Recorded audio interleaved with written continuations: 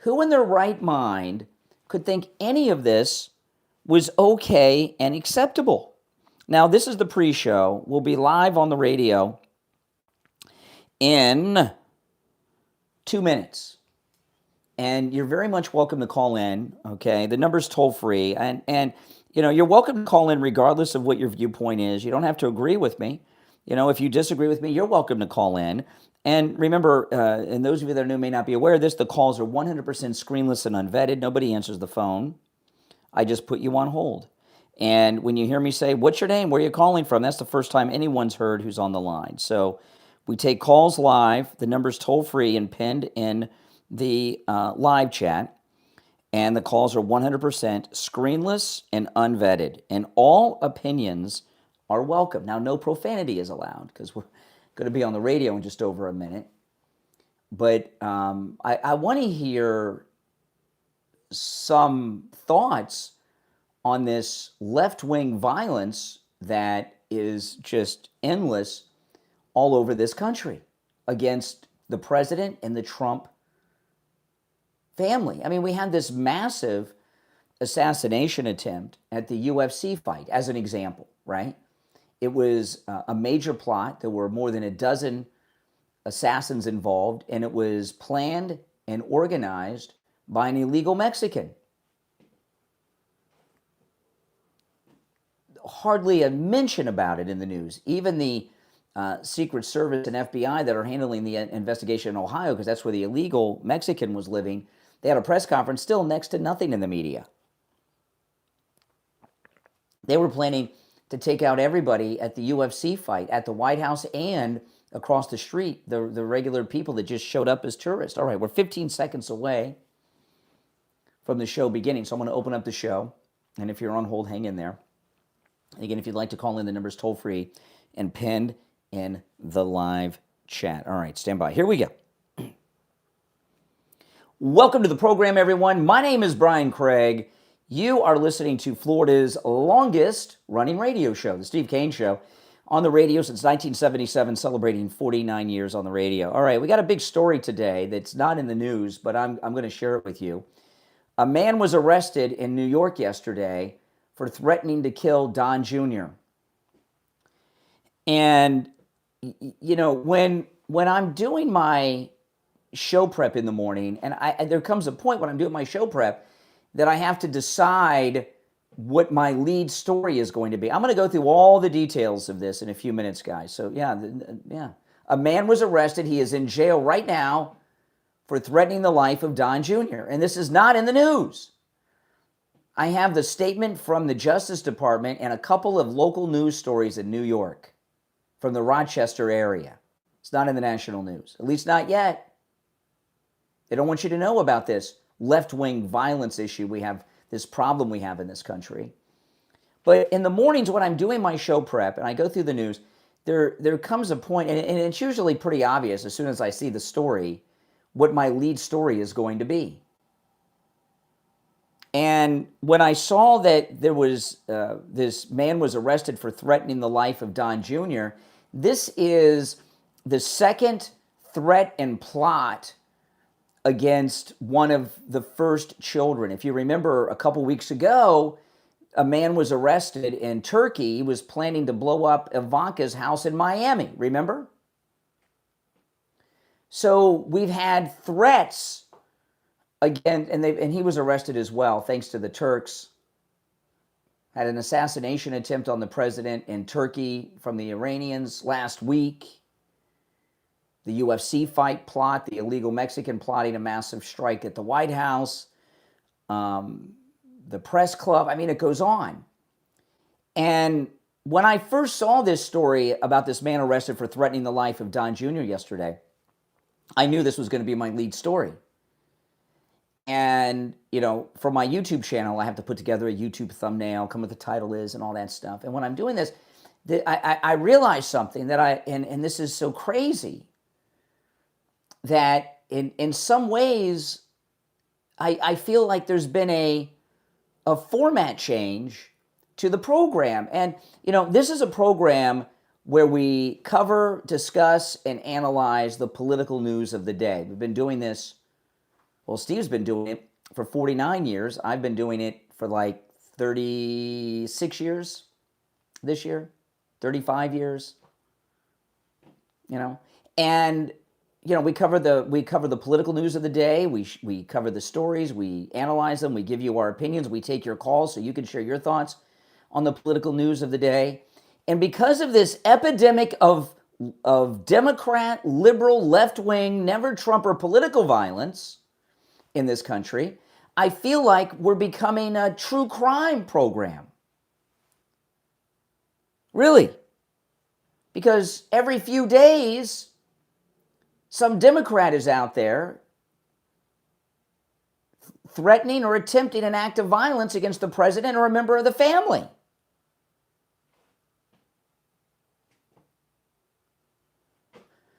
So I'm going to go through this guy. He was arrested in Rochester, New York. This guy, as crazy and psychotic as he is a pretty typical Democrat in this day and age.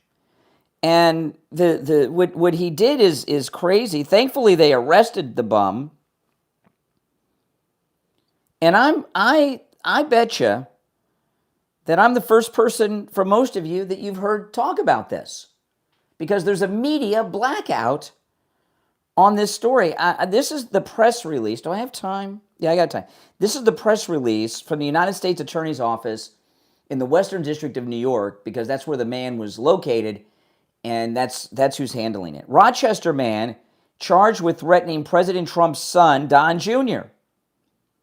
The U.S. Attorney announced, this is yesterday, that James Eckert of Rochester, New York, was arrested and charged with threats to kill, kidnap, or inflict bodily harm upon a member of the immediate family of the president, Don Jr., which carries a maximum penalty of up to 5 years in prison. Now, for the life of me, I don't understand why the maximum penalty is only 5 years. This guy should never be free again. According to the criminal complaint, on June 18th, a member of the U.S. Secret Service on duty at the residence of President Donald Trump's son, Don Jr., so this is in Florida, was alerted that several threats were made against Don Jr. The threats were made in the group live chat of Don Jr.'s podcast, which is titled Triggered with Donald Trump Jr., which was the name of his best-selling book. And they have the threats here, and I'm not going to read them. They are hardcore, violent threats. I did post this on my X at Brian Craig Show, this press release, and the couple of news stories I could find on it. I mean, these are some hardcore threats, and he posted the threats with his name, with an account with his name. So he wasn't even hiding it. He shared his full name while he's making these threats. So Don Jr., he's doing his podcast. Like I do my show every day, and I'm live streaming on YouTube with a live chat. Don Jr.'s doing that, and this lunatic is making death threats, using his own name on top of it. While viewing Don Jr.'s podcast and making the threats live in Don Jr.'s live chat, James Eckert was also streaming himself online. And in his live stream, he was repeating both verbally and in post in his live chat similar threats against Don Jr. So he's doing his own live stream, threatening Don Jr. openly and verbally, typing them in his own live chat, and doing the same thing in Don Jr.'s chat in real time. And they got him. Secret Service was there. They tracked him down. They arrested him, and he's been charged. He's in jail right now, thankfully so. And he has a hearing coming up on the 20th of this month that'll determine if he's going to be released or not. So you look at everything that's happened since Trump came down the escalator, all these acts of violence. And if you limit it just to, Butler was, the second anniversary of the never-Trumper assassination attempt against President Trump in Butler, Pennsylvania, that was yesterday, right? So if you just started Butler, how many acts of violence and assassination attempts and threats have been made against the president and his family. At least a dozen, but it's more. I mean, if you include this and the threat against Ivanka a couple weeks ago, I mean, it's 20. It's close to 20 easily, right?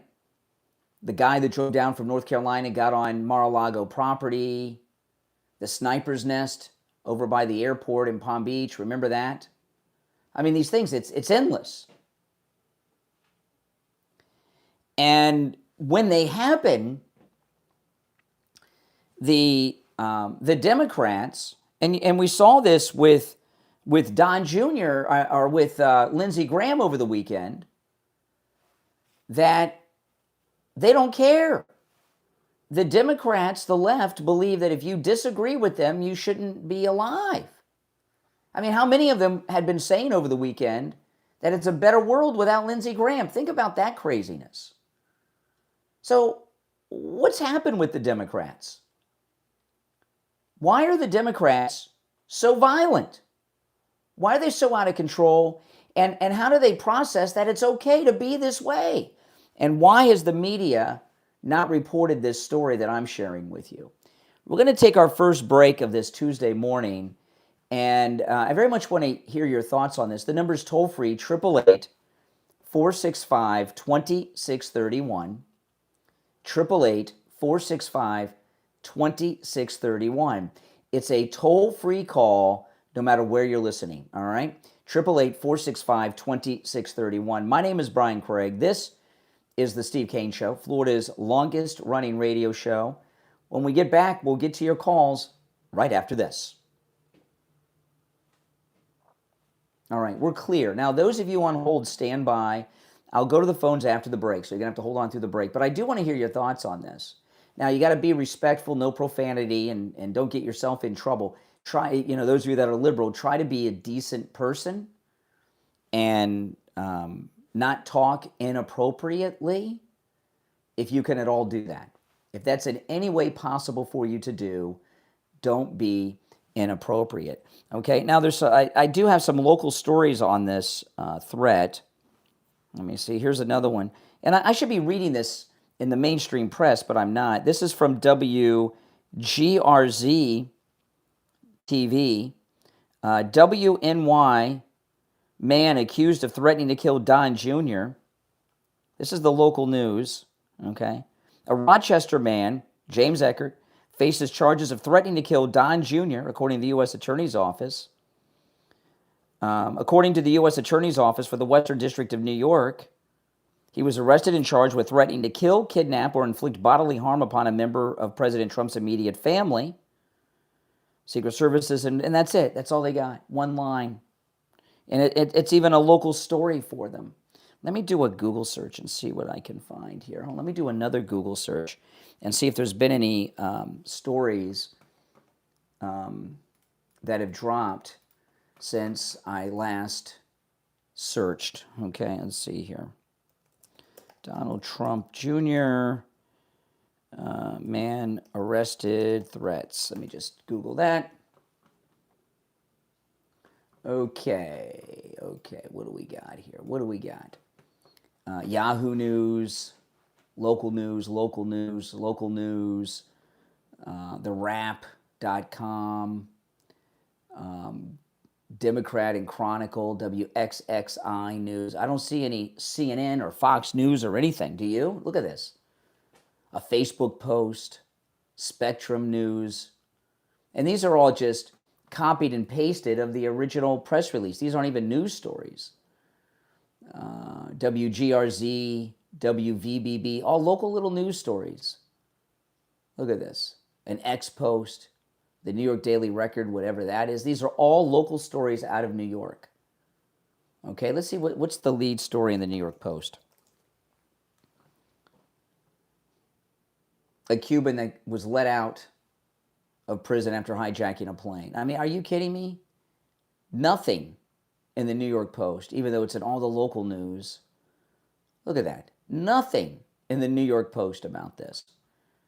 And you know that they know about the story. My goodness. My goodness. Okay, let me see. What time will we be back? Hold on. Okay, we've got 1 minute until we're back. We're still in radio break. So, and I do have a lot of other stories to bring up. Hold on, I got to pull up one thing here.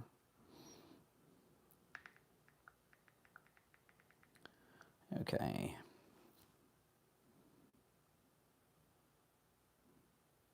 Okay, here we go. We are going to be back in about 30 seconds or so. All right, if you're on hold, hang in there. The number is pinned in the live chat. It's toll free. No matter where you're listening, you're welcome to call in. 888-465-2631. 888-465-2631. All right, we got 25 seconds. Stand by, guys. Stand by.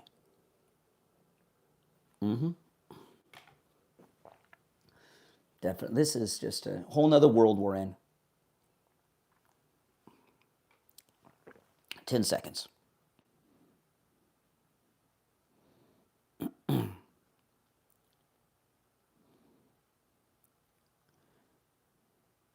We're back. I'm Brian. It's the Steve Kane Show, Florida's longest running radio show. If you're on hold, hang in there.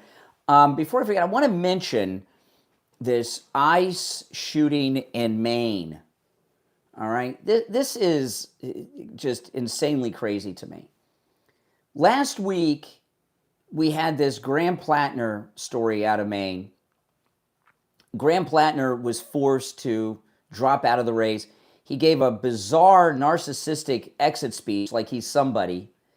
And he ended his speech by saying F ICE. Can you believe that? He actually said F ICE, Graham Plattner. Can you believe that? I mean, what kind of class act, right? And the Democrats, they've not yet decided who they're going to bypass the primary voters for and give the nomination to run for Senate in Maine. But Susan Collins is performing good. She's doing very well in the Maine polls right now. And the Democrats are in all kinds of trouble in Maine. And that seat was within their grasp. And then boom, all of a sudden, just like it dropped out of the sky, there's an ICE-involved shooting in the state of Maine. Are you kidding me? Do you think, I do not believe in coincidences. We were talking about this yesterday with the Lindsey Graham and Mitch McConnell photos. I don't believe in coincidences. So the Democrats just got creamed in Maine, totally creamed with this Graham Plattner. This is what happens when you run a low-life Nazi, okay? This is what happens. And the Republicans are expected to win that seat. And before all these, before the rape allegation came out from a Democrat socialist woman against Graham Plattner, it was within reach. That race in Maine was a toss-up before the scandal began, even though everybody knew the Nazi story, which is frightening in itself. But Democrats, they hate Trump so much they don't care. But now Susan Collins is expected to hit a home run and win no matter who they plug in there in Maine. And then all of a sudden we get an ICE-involved shooting. Do you think it's just a coincidence that there was an ICE-involved shooting in Maine right after Graham Plattner dropped out and they're in trouble, desperate for an issue? Yes, the man was killed. It's a sad story. Nobody wants to see anyone killed, even someone who's undocumented and is facing deportation, okay? Nobody wants to see that. I don't want to see it. Trump doesn't want to see it. Mark Wayne Mullen doesn't want to see it. ICE doesn't want to see it. And certainly the people that get shot don't want to see it. However, when law enforcement, whether they're local or federal agents, pull up behind you and put the lights on, you don't speed away. You don't try to crash into their car. You pull over. You roll your windows down, and you obey the commands they give you. When they get out of their cars, you don't try to run them over with your vehicle, which you've turned your vehicle from a mode of transportation into a deadly weapon. And that's what has resulted in this. And I'm here to tell you that this ICE shooting in Maine is not a coincidence. This was a crafted incident, just like in Minneapolis, where these lunatics got Renee Good and Preddy shot. And what the left have done is a number of things that are very bad. One, they've brainwashed illegal, undocumented people into believing that they're entitled to be in the country, that their rights are being violated by being deported. Another thing they've convinced them of is that ICE are not cops, that they're lawless and they're Nazis and that they have no right and they're racist and don't like brown people. Well, most of the ICE agents that I'm seeing in the field are Hispanic. You know, you have to speak Spanish to be an ICE agent. And a lot of people that are Hispanic go into that field. One of the reasons is they have the language requirement already down. But they've convinced the illegals that they have a right to be here. They have a legal right to be here. They have a moral right to be here. And that their civil rights are being violated, not by the police or law enforcement, but by a gang of Nazis. And what that does is escalate things. And, you know, the Democrats used to do this years ago with blacks. Long before Black Lives Matter, you had these race pimps like Jesse Jackson and others over the years who would run around, and young black men were convinced that every time they were stopped by the police, whether they were speeding or a rolling stop or whatever, that it was racial profiling. Even if the cop was black, it was racial profiling, and the cop was a racist, and you did nothing wrong. And what this does, it escalates the confrontations, and people resist, and then they feel entitled to resist. And then when they resist and they fight and they try to harm the officers or run them over, whether they're ICE or local cops, they get shot.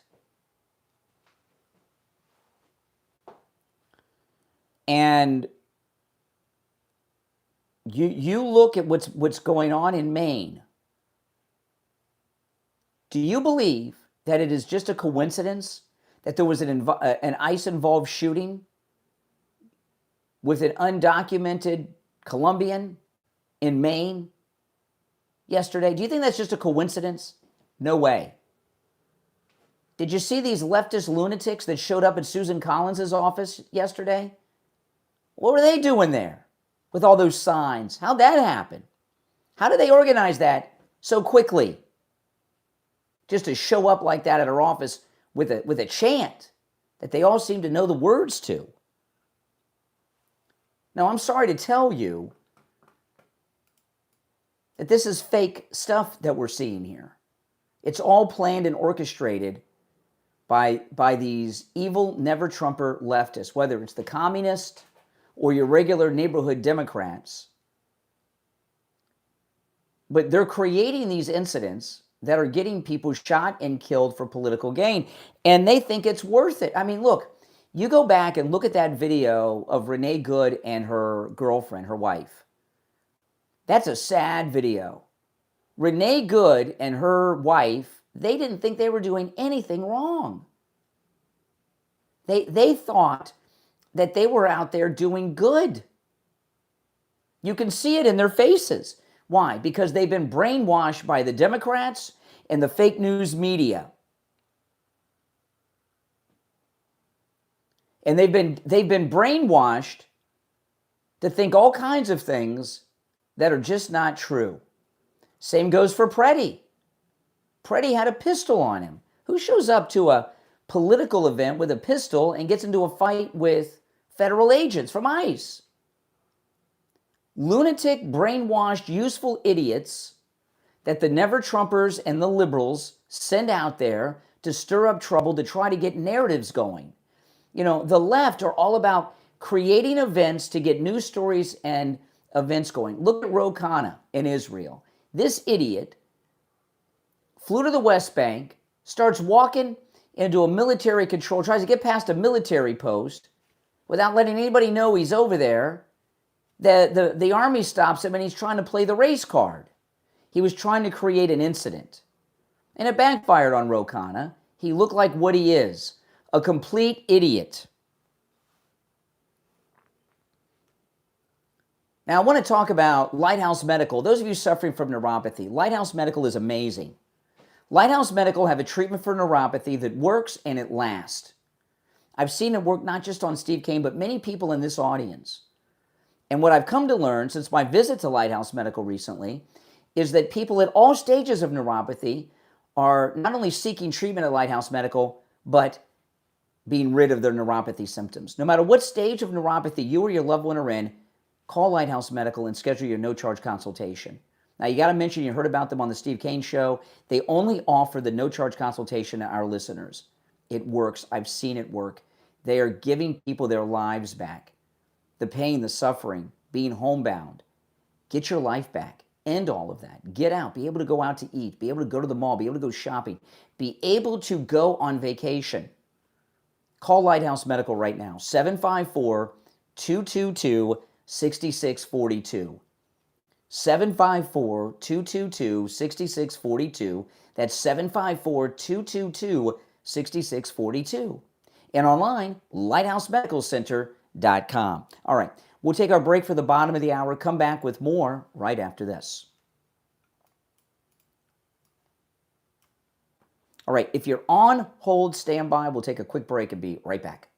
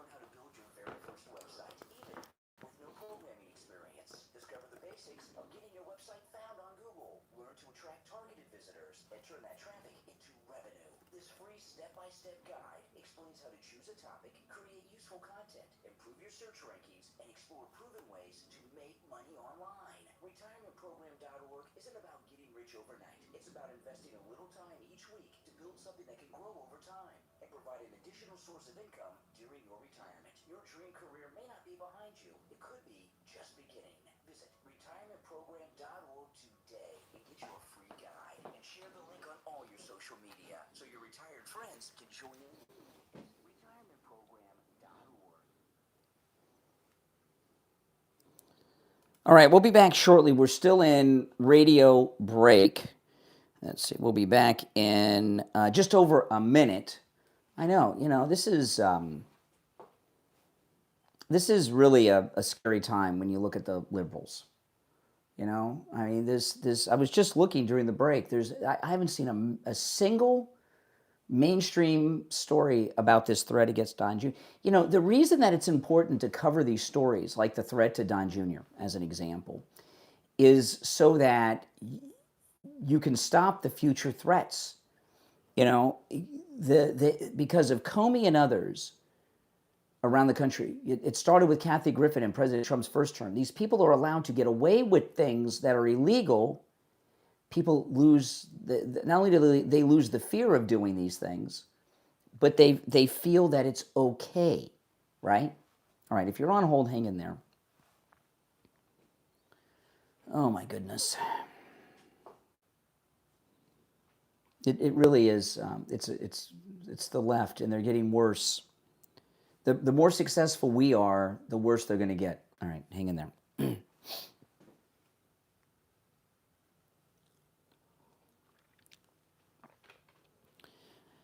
All right, welcome back. It's the Steve Kane Show. My name is Brian Craig, and this, of course, is Florida's longest-running radio show. Yeah, I just did a search during the break. I have not seen a single mainstream news outlet cover the arrest of this guy who was by the Secret Service and FBI who was threatening the life of Don Jr. Not one.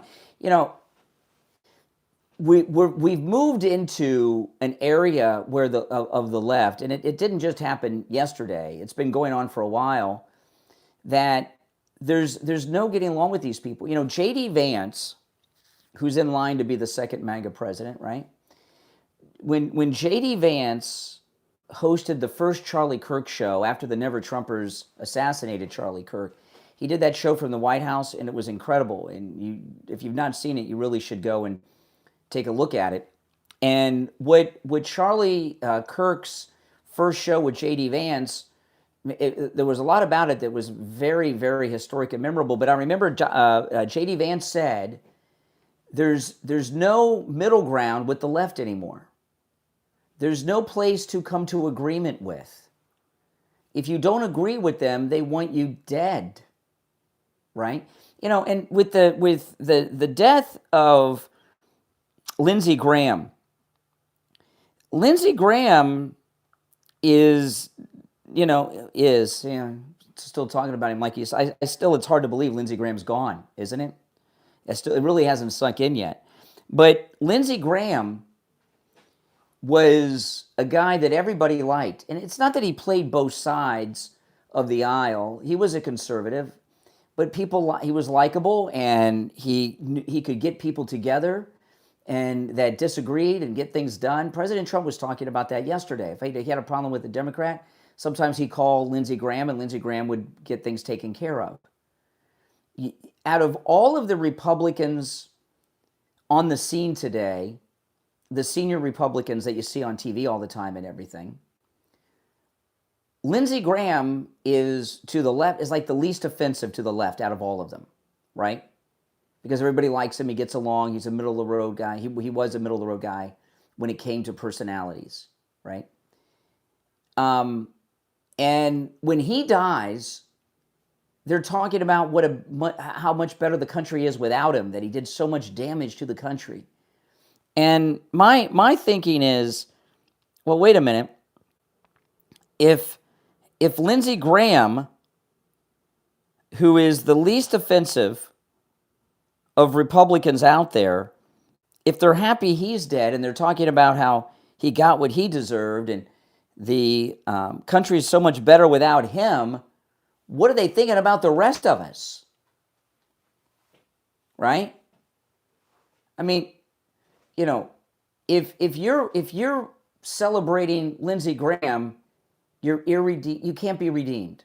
Your mind is so far into the gutter of left-wing hate and violence that you can't be recovered. You know, ever see the movie American History X? It's one of the greatest movies ever made. And there's this scene in the movie with Elliot Gould, Beverly D'Angelo from The Vacation. They're in it, and it's a dinner scene. And Ed Norton starts going on all his racist skinhead stuff. They get into a fight, and Elliot Gould leaves, and he's in the front yard with the mother, and he said, he's gone, he's lost, he's hopeless, nothing you can do. He's lost, he's gone. That's how the Democrats are.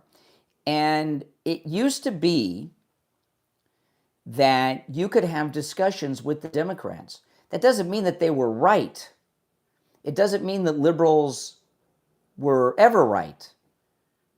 But you could have a meeting of the minds on some things to get things done. But now, if you disagree with them on one thing and one thing only, they want you dead.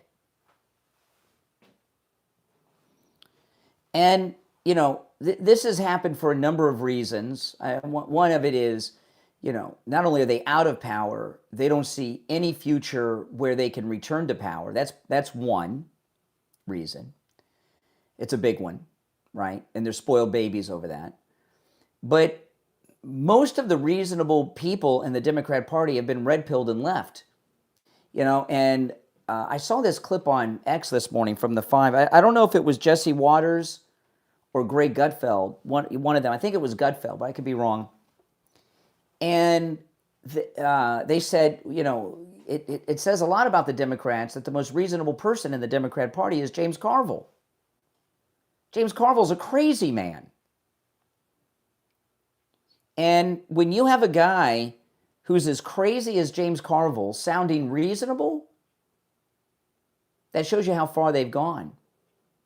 Rashida Tlaib, before she was in Congress, she was removed from a Trump rally. And it happened on television. And I remember when it happened live. You can find this online. You don't see it too often anymore. But this is Tlaib. And when I can't remember exactly what she said or did, but she was at a Trump rally. And when they removed her, you got to see her kind of like in the lobby of the arena. And it might have been on Right Side Broadcasting. But I remember seeing it live. She was having a meltdown. She was nuts, not rational, completely insane. Don Jr.'s book, Triggered, right? Like the name of his show, Triggered. It's perfectly named, perfectly titled. They are triggered. They're irredeemable. There's no meaning of the minds. And they don't have any grown-ups in a leadership position to get control of their movement. Right? And when we win the midterms, if you think they're freaking out now, wait until we win the midterms. Now, it looks like we're going to get the Save America Act through finally. And this is being done probably because of the death of Lindsey Graham. It's going to happen much easier than we had anticipated. They're going to do what Lindsey Graham's plan was. They're going to put it as part of a budget measure. And, all these technical rules that they have in the Senate, it avoids the filibuster and all of that. And they do it through that reconciliation. These things are so stupid. Just vote and pass it. We got the majority, but they're doing it. We're going to have it. The Save America Act, when that passes and we win the midterms, the Democrats are done. Because what we have found in the last few years is not having the Save America Act is the only reason that they've been winning elections. And you know what I mean by all this, right? And it's going to get really hairy because the Democrats, look at Stefanik, or was it not Stefanik? The CIA senator. I'm going to play a clip of her later. The CIA senator, what's her name? Stefanik's, I can't remember her name, but you know what I'm talking about. Slotkin. The one from the video, right? The CIA senator, Slotkin. She was talking to a group yesterday that the Save America Act, that it'll be difficult for any Democrat anywhere to win an election. Really, why? If you have to prove U.S. citizenship to register to vote and show government ID at the polling location to vote. Why does it make it difficult for Democrats to win when only Americans can vote? That tells you everything you need to know. So if you think the Democrats are unhinged now because they don't see a path to regaining power anywhere, wait until the Save America Act is passed. We win the midterms, and then they're like, what? We're done. Wait until you see how they act then. And that's why it's important to enforce these things. This threat against Don Jr. by a crazy man, right? This death threat. The reason that these acts of violence and these threats are increasing is because Comey and others have been getting away with it over the years, and it's been getting worse and worse and worse. What Kathy Griffin did with that bloodied head in Trump's first term, if someone did that of any Democrat president, they would have gone to prison. And I would have supported them going to prison for that. These are crazy things. But this thing with Comey that he got away with the seashells, look what happened. They wrote that in the grass next to the reflecting pool with some type of acid. This is how they roll. They don't care. Now, I'll tell you what I care about. That's getting a great night's sleep, and I do every night thanks to Mike Lindell at MyPillow. Right now, the mega sale is going on, the second annual mega sale. These are huge discounts. And with our promo code KANE at checkout, K-A-N-E, there's huge discounts site-wide on some of the most popular MyPillow products. And I've been talking a lot about the 100% Giza Cotton Dream Sheets lately because the MyPillow 100% Giza Cotton Dream Sheets are made of 100% Giza cotton. Mike Lindell says there's a lot of people advertising Giza sheets. They're only 10% Giza cotton. His are 100% Giza cotton, which is the finest cotton in the world. And what that Giza cotton does, it's a temperature regulating fabric. It regulates your body temperature. And in these hot summer months where temperatures are in the 90s, heat index over 100 degrees, I get into my bed at night with my 100% Giza Dream Sheets from MyPillow, which are you can get for under $30 with our promo code KANE at checkout, K-A-N-E, at MyPillow.com. It's like I've got air conditioning in the bed. I am cool all night long. And in the winter months, I'm warm. But there's many other great products there that are on sale during the mega sale that you can get huge discounts on with our promo code KANE. And the other thing about these Giza Dream Sheets, the fitted sheet at the bottom fits perfectly. You know, with every other sheet I've ever owned, getting that fitted sheet on the bottom is impossible. You get one corner on perfectly. The second corner, if you're lucky, you know, you got to do alternating corners. You may get it halfway on that corner. The third corner, you get about a quarter of it on. In the fourth corner, you're just lucky to get it over the lip, and you've got to use all your strength to do it. With the 100% Giza Cotton Dream Sheets from MyPillow, all four corners go on with just 2 fingers and a thumb without effort. Boom, boom, boom, boom. Even after having these sheets for years and years, being washed, I don't know how many times, they're like the day we got them. So go to MyPillow.com, order yours right now. Huge discount, under $30 for the Giza Dream Sheets with our promo code KANE at checkout, K-A-N-E, at MyPillow.com. You can also order by phone, 800-716-4879. 800-716-4879. Promo code KANE, K-A-N-E. All right, if you're on hold, stand by. We'll take our last break of the first hour and be right back. All right, callers on hold, stand by, okay? We'll be back. I'll take some calls right after this. Have you ever caught yourself wondering, is this really what life is supposed to be? Work is important. Building a career, providing for your family, and achieving success all matter. But somewhere along the way, many of us become so focused on work that we forget to enjoy the life we're working so hard to build. In the book, I Don't Want to Die Behind My Desk, Stepping Off the Pillar Before You Forget How to Live. Available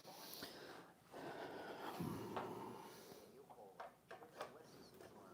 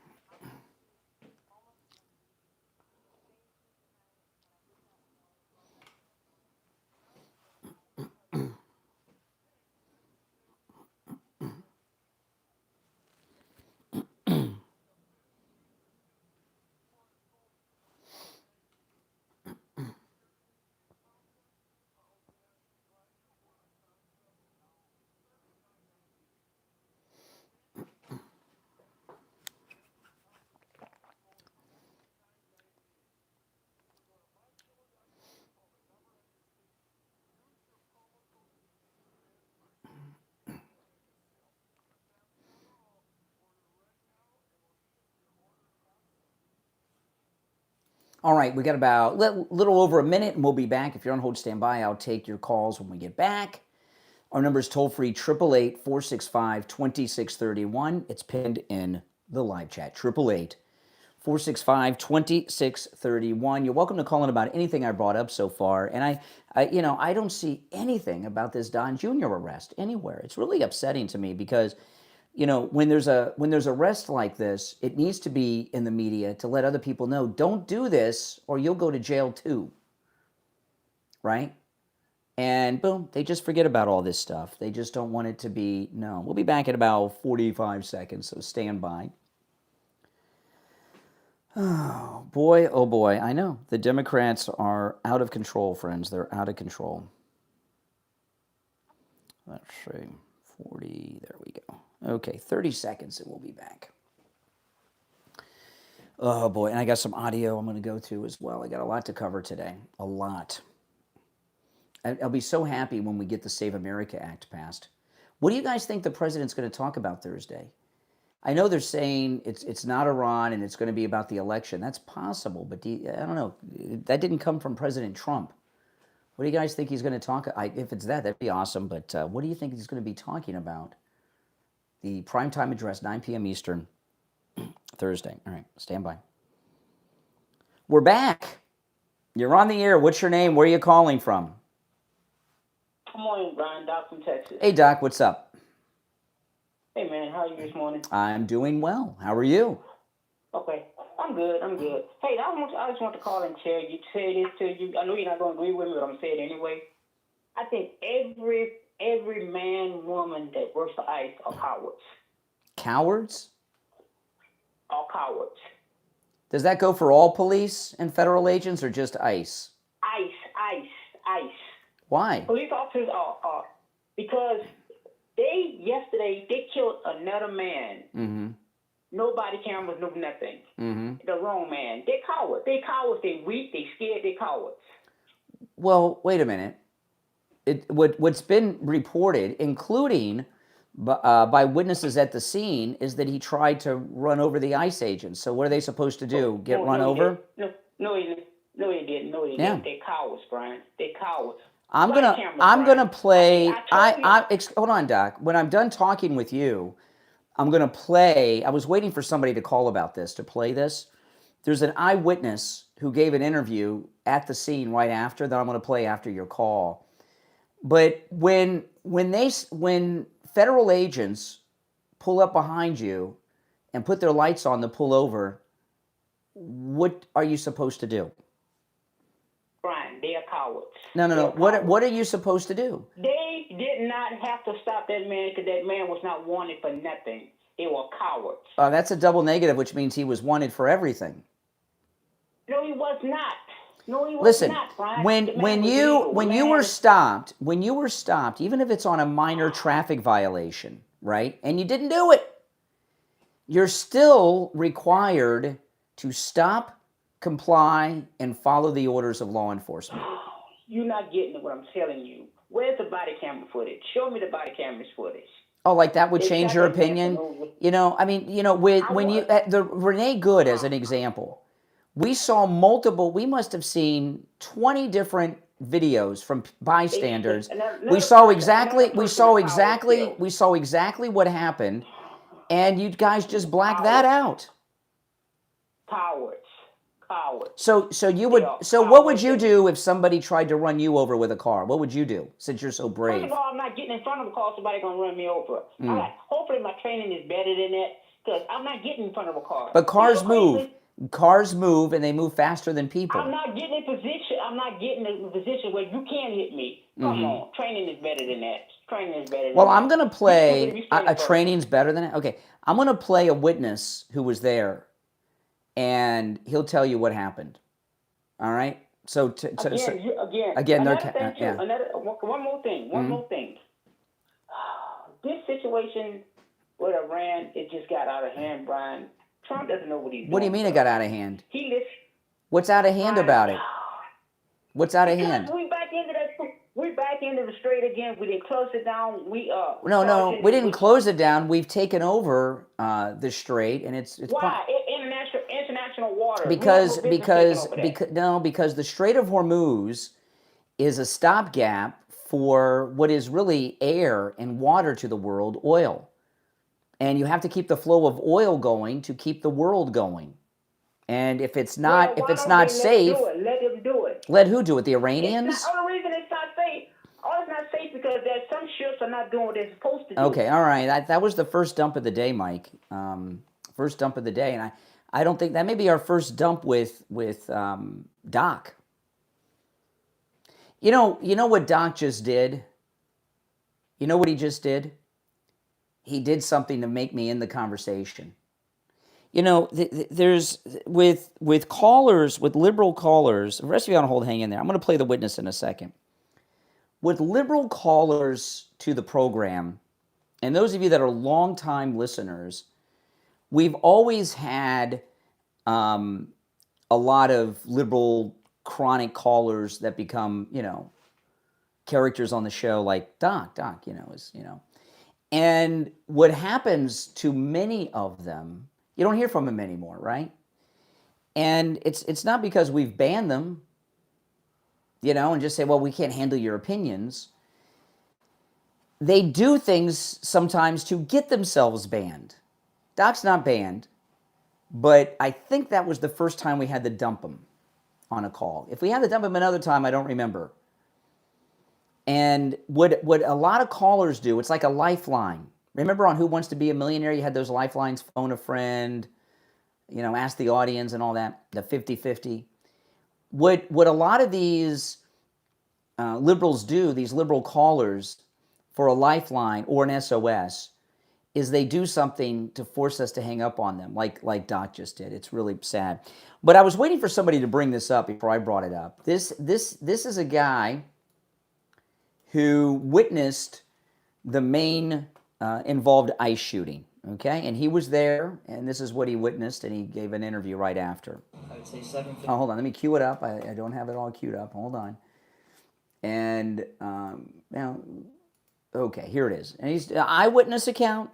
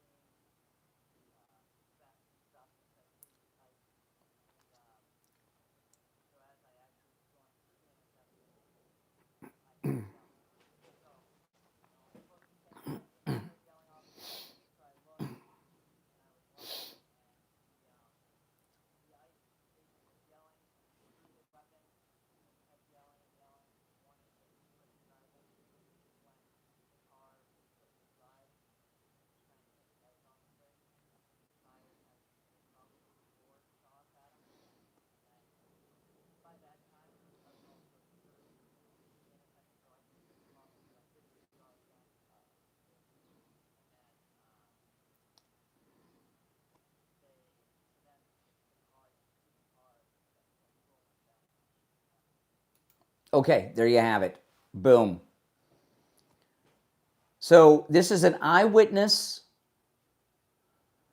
and he said that the guy in the car refused their orders. He turned the car around and tried to run over the ICE agent, and that's when he fired.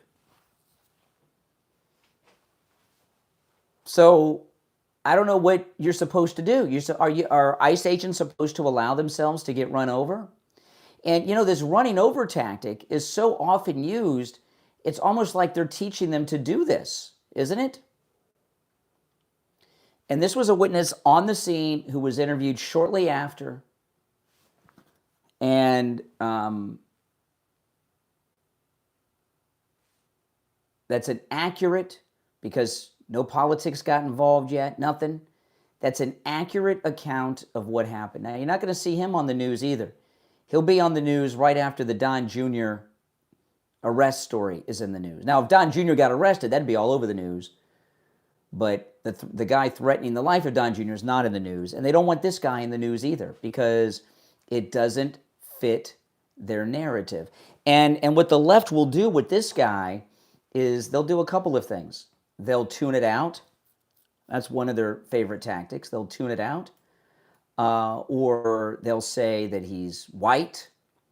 So, of course, white people, I guess, can't be trusted. They'll come up with everything to discount him. But I think this is probably going to be, short of video footage, the most accurate account that we're going to see of what happened there. Now, I want to talk about Jamie Levac over at Swift Tax. Listen, if you have missed the tax filing deadline this year, don't worry. Jamie Levac can help you. He can help you with your taxes no matter where you're located in America. And if you're local here in South Florida, you're very much welcome when you call to set up a meeting in person. But if you missed the tax deadline this year, don't worry. Jamie Levac will help you with that. If you missed the tax deadline for past years, and there are past years you have not filed, call Jamie Levac. He's got a direct line to the IRS. He'll handle everything for you. If you owe money in back taxes, no matter how much it is, give Jamie Levac a call. He'll help you with that too. There's a lot of companies that you hear advertising. If you're in debt to the IRS, they'll help you out and all of this. They charge a fortune. When Jamie Levac told me how much those companies charge, my first thought was, well, wait a minute. If someone's in debt with their taxes, the IRS, how do they have money to pay that kind of money to pay these guys? And they don't, right? So Jamie Levac does what those guys do, and he does it at just a tiny fraction of the price that they charge. So if you've missed your filing deadline, if you've not filed for years and years and years, call Jamie Levac. If you owe back taxes, even if you've already made arrangements with the IRS, even if you haven't, call Jamie Levac at Swift Tax. He'll help you with that too. And those of you that are business owners, he can handle your bookkeeping and your business taxes and your payroll taxes, even if you're an individual gig worker, or you have a large business. He can help you with all of that. Give Jamie Levac a call or a text. This is his number. And remember, he can help you no matter where you're located in the United States. And those of you here in South Florida can meet with him in person. 954-773-1587. 954-773-1587.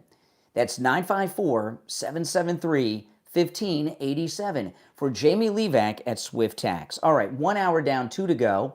My name is Brian Craig. It's the Steve Kane Show, Florida's longest running radio show. We'll take our break for the top, come back with more of your calls. Those of you who want to hold standby, the delay is re-engaged from Doc. Our number is toll-free, 888-465-2631. 888-465-2631. We'll be back right after our top of the hour break. All right, guys, now if you're on hold, don't go anywhere. Hang in there. And I'll take calls after the break, all right? The number is toll-free, 888-465-2631.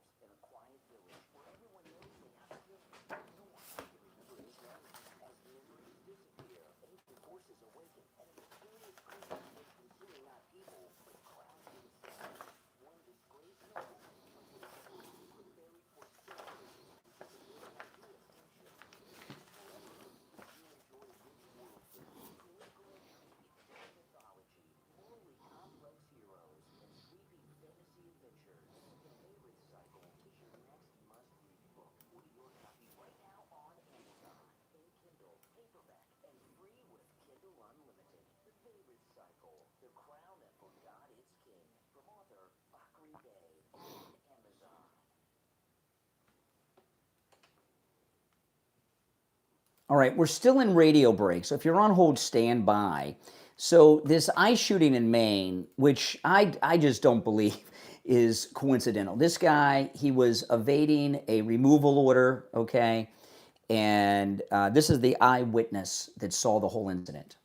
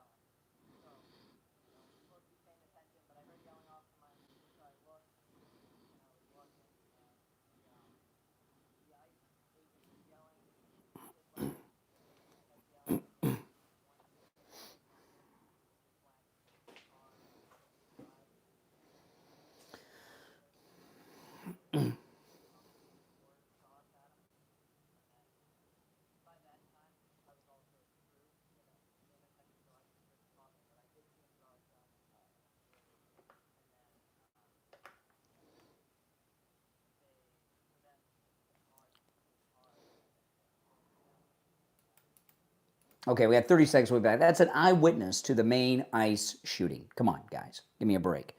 All right, 25 seconds. We'll be back. If you're on hold, stand by. Okay. Yep, 888-465-2631 is the toll-free number. 888-465-2631. And the number is pinned in the live chat. All right, hang in there. 5 seconds.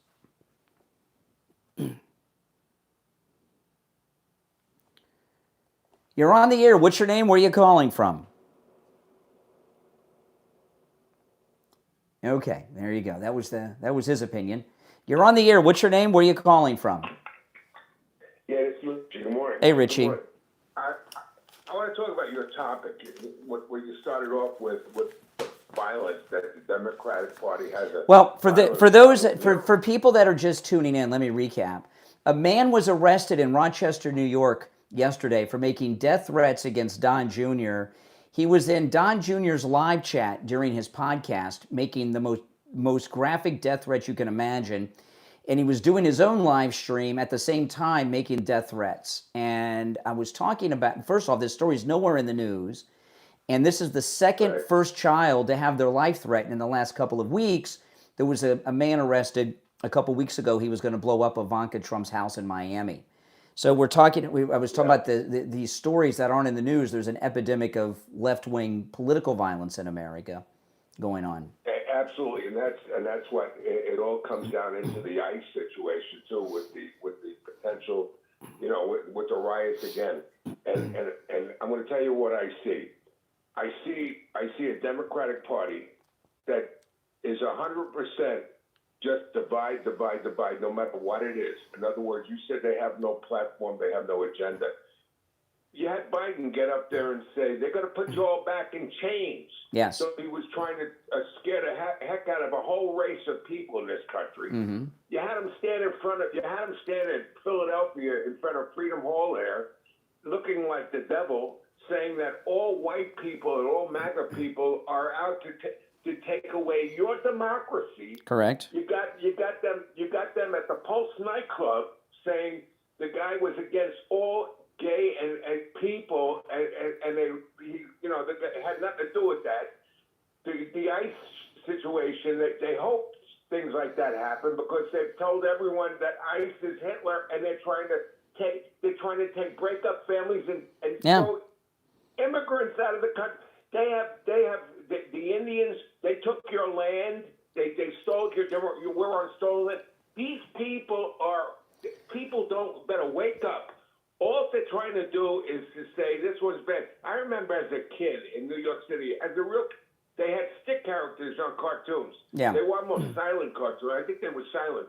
They always showed the bad banker taking the little old lady's house away, and the banks are bad.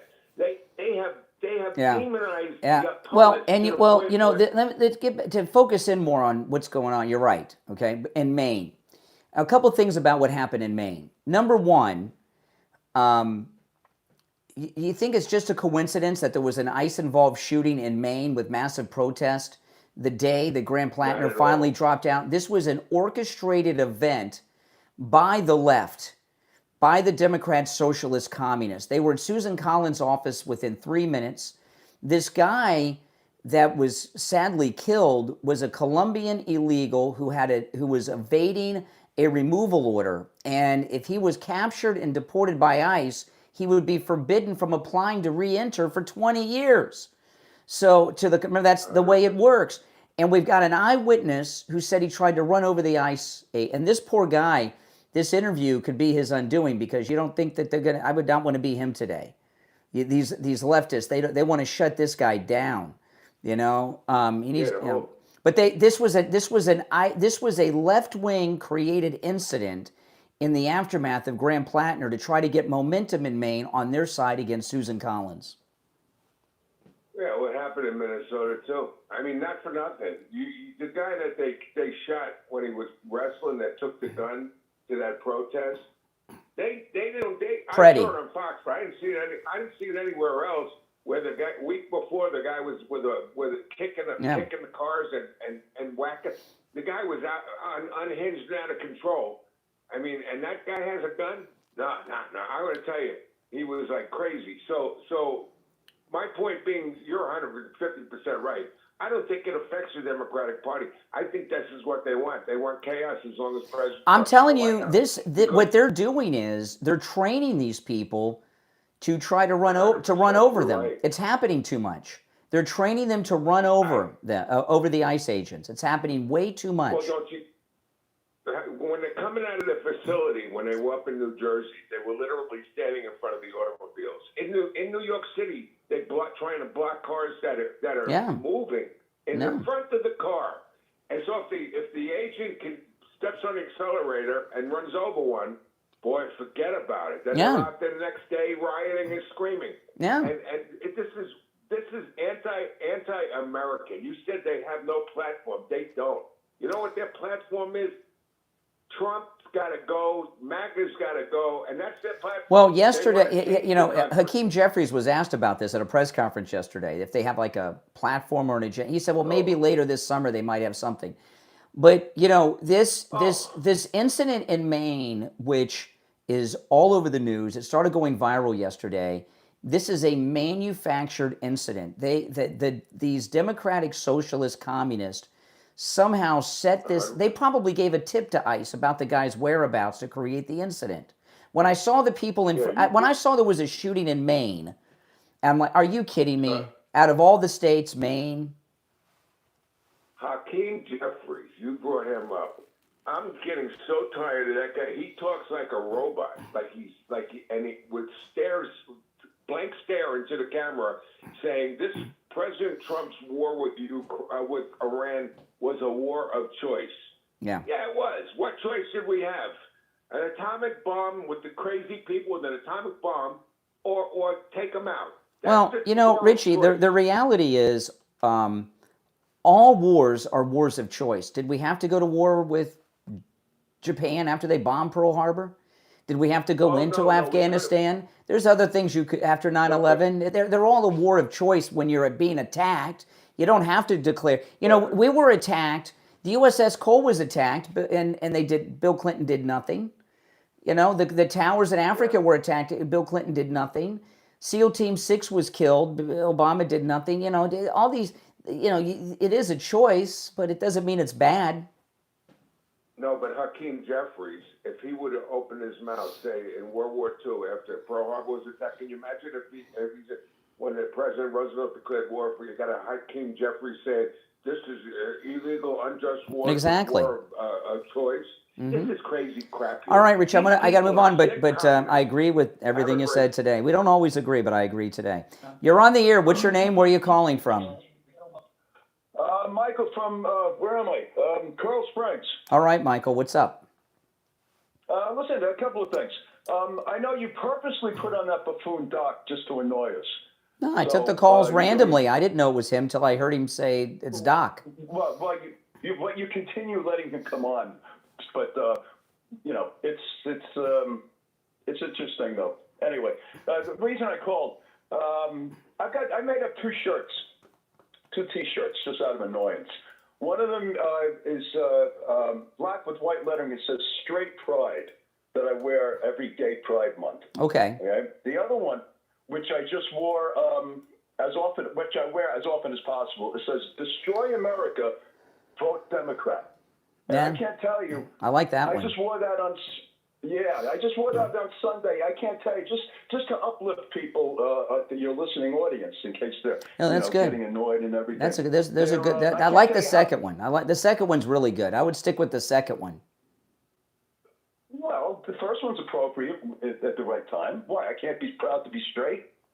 I mean, you can. It just seems a little strange. So? I think the other one's more effective.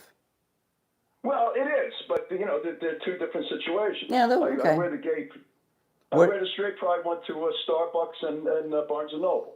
Really? Mostly. And you let the gay guy that works at Starbucks make a drink you're going to consume inside your body with that shirt on? Are you out of your mind? I wouldn't do that if I were you. When I go to Starbucks, I leave my MAGA hat in the car. Okay. I don't like drink. I don't like to drink whatever they're going to give me. Possibly. Well, to be fair, I let my wife go in and get the stuff. Oh, okay. Let your wife handle it. Okay. Yes.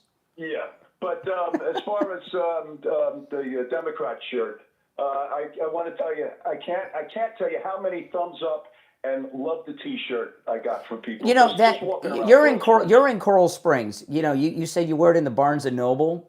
I made a YouTube video about the Barnes and Noble in Coral Springs. It's on my YouTube channel. This Barnes that Barnes and Noble, they hate Donald Trump, and I went in there to buy a book, and it was filled with Trump-hating books. It was and I took out my camera, made a whole YouTube video about it. It's on my YouTube channel. This bookstore hates Donald Trump. You got to watch it. I mean that Coral Springs Barnes and Noble, which is lucky to even be in business because there's so few bookstores these days. And they used to have this big superstore, Barnes and Noble. Now it's the size of a 7-Eleven. Yeah, exactly. That's why we don't go to it anymore. And it's filled with liberal books about hating Republicans. I couldn't believe what I saw. It was really bad. I don't know how bad it could be, because I remember when they sliced it up into that little closet of a store they have now. I went to the manager and complained that they didn't have any gun magazines. And they brought them in, so I bet if you would have asked them for the LGBTQ magazines, they would have just walked you over to them because they were probably already there. Probably, but we never go to that one anymore because they just destroyed it. We go to the one by the Broward Mall, much more comfortable. Well, you know what it is. Barnes and Noble, they've changed their business model. They're being run by a guy who ran bookstores in England. And they let the bookshop managers decide what books they carry now. So if you go into there and there's a bunch of Trump-hating books like they have there, you got some social justice warrior managers, what it is. Hey, listen, I got to run, Mike, but I appreciate the call. All right, take it. And it's really bad. If I went in there and then made a YouTube video about it, it's pretty bad. Now, I want to talk about Dr. Gupta and Brighton Dental. Dr. Gupta and Brighton Dental have been with the Steve Kane Show for more years than I can remember. And he's been our resident dentist here on the program for years and years and years. And he does incredible dental work. Whatever type of dental work you need, he does it. And he does it incredibly well because he's highly trained, highly experienced, and he does incredible work. And I've been talking to Steve a lot about, we talk about sometimes, about the different messages we share with you about our sponsors. And, and what I've been telling Steve when we talk about Dr. Gupta, I hear radio commercials for dentistry for years on other radio stations, and they all talk about painless dentistry. Well, yeah, they have drugs for that at all the dentists. We all know that. And I personally believe, now maybe I'm wrong, but I personally believe the pain that keeps people from going to the dentist more than anything is not the pain from the actual dental work, because that's a given. You can take medication for that. It's the pain of the price, and these dentists around South Florida, they treat everybody like they call them South Beach pricing, but it's like Beverly Hills pricing. Not Dr. Gupta. He's an old-fashioned family dental practice, an old-fashioned family dentist who has old-fashioned family prices too. His practice is from another era, and so are his prices, which are from another decade. And I'll tell you another thing with Dr. Gupta, that you see this at these other dental practices. You go in there you have one problem. You may even be an emergency, right? Dr. Gupta can help you with emergencies as well. But you go to these other dentists, you've got a specific issue you've got to take care of. And next thing you know, they're telling you need this, you need that, you need the other thing. And the next thing you know, you're taking out a second mortgage. Not with Dr. Gupta, okay? You go in there, you're not gonna be sold a bunch of work you don't need. Give him a call, and he's been a listener of the Steve Kane Show for decades and decades. So when you go see Dr. Gupta, it's going to be like he's a member of the family, because he knows the show, he knows the characters involved with calling the show and everything else. So you'll have a lot in common with him too. Give Dr. Gupta a call, 954-922-4633. 954-922-4633. That's 954-922-4633. All right, we'll take our first break of the second hour and be right back.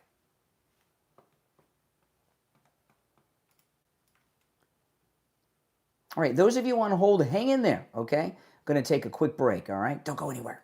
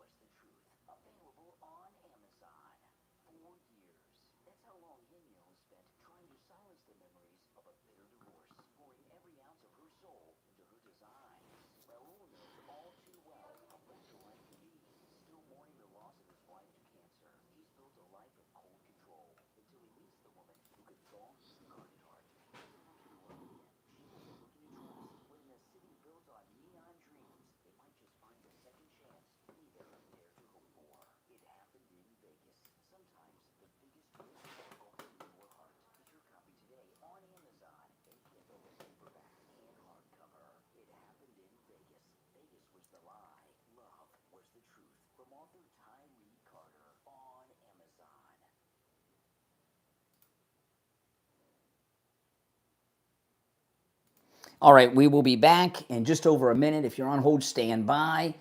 The number is toll free, 888-465-2631. 888-465-2631. Oh my goodness. All right, hold on. Okay. How am I going to do that?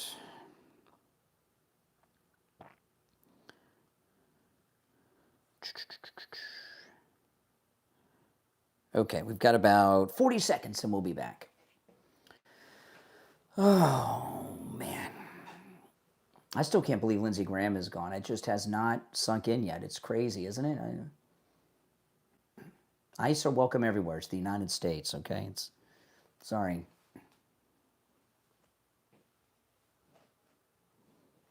There's no way it's just a coincidence there was an ICE-involved shooting in Maine after all this Grand Platter mess. With all those activists on this, are you kidding me? All right, 10 seconds.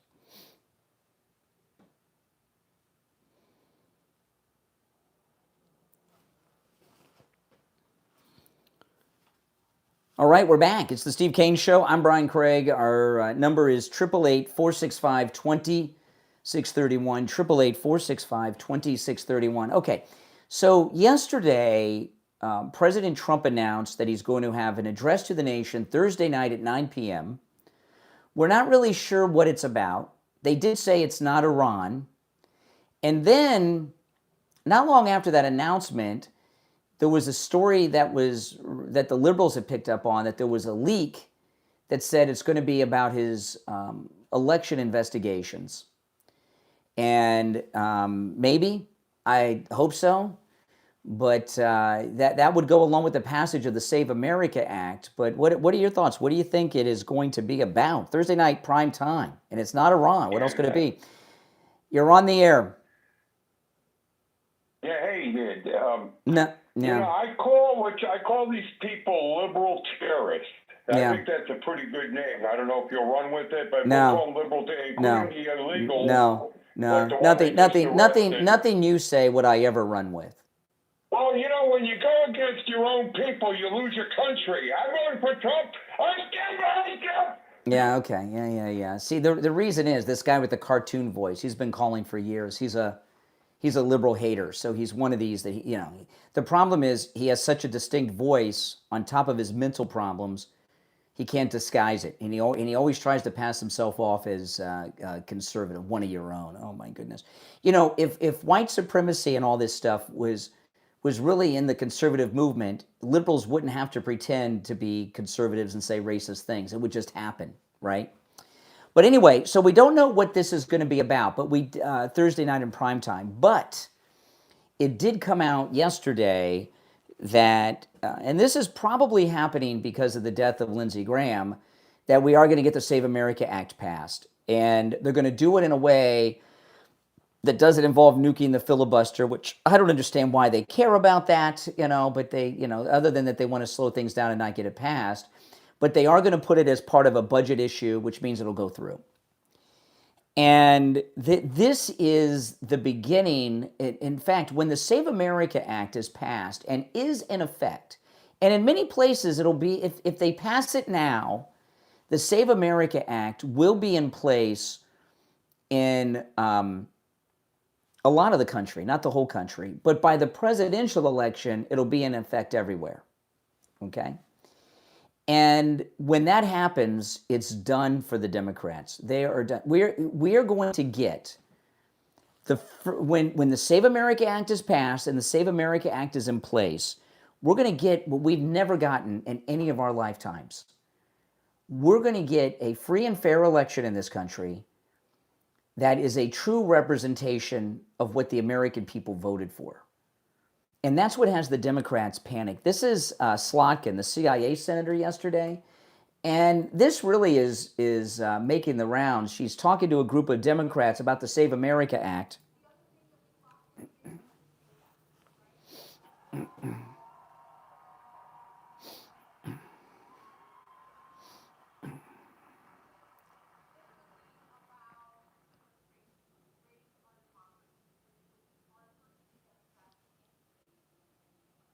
Okay, now one thing I know, this is the first time I've seen Elise Slotkin, the CIA senator, like her body.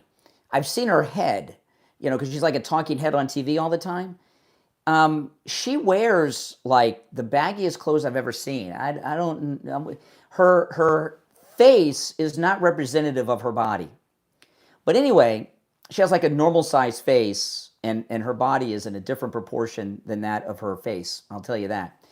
But she says here it'll be difficult for Democrats to win elections anywhere. Why is that? When you have to show proof of citizenship to register to vote, which means only American citizens will be able to vote, right? And you have to show government-issued photo ID to vote. So why would that make it difficult for Democrats to win elections anywhere unless they have a bunch of non-citizens and fictitious people voting? I don't understand why the Save America Act would stop that, other than, fraud. I want to talk about Joe Thomas and annuities. Annuities are absolutely amazing. And you guys know with annuities, your money is never at risk, right? No matter what happens in the market, your money is safe and you're guaranteed a check each and every month for the rest of your life. And, you know, that's amazing, right? Really, you're giving yourself a pension, and it comes the same day every month forever. Isn't that something? I know. It's absolutely amazing. And one of the things I've learned from Joe Thomas is there's so many different types of annuities, right? People have different goals, different situations, and different needs, and there's so many different types of annuities. There's one annuity, this blew my mind. You get a 15% bonus on day one. So the money that you put into the annuity, you add 15% to it on day one. So if it's $100,000 on day one, you have $115,000. Isn't that crazy? It's amazing. That's right. And that annuity is available for as little as $25,000. And that's a big bone. 15% of $25,000 is over $3,000. It's a lot of money on day one. But there's other types of annuities for other situations. Call Joe Thomas and schedule your no-charge consultation. You can take advantage of this no matter where you're located. And if you're local, please go meet Joe Thomas and take advantage of that no-charge consultation at his office in Jupiter. But you can also schedule the no-charge consultation over the phone or a video call. 561-743-0999. 561-743-0999. That's 561-743-0999. And if you missed that number, just go to his website, jupiterjoe.com, and you'll find it there. All right, we'll take our bottom of the hour break and be right back.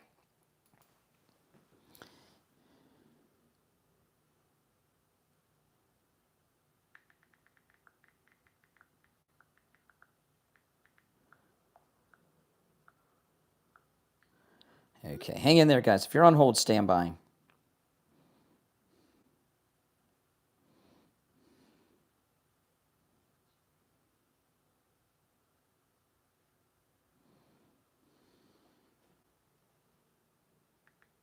Okay, all right.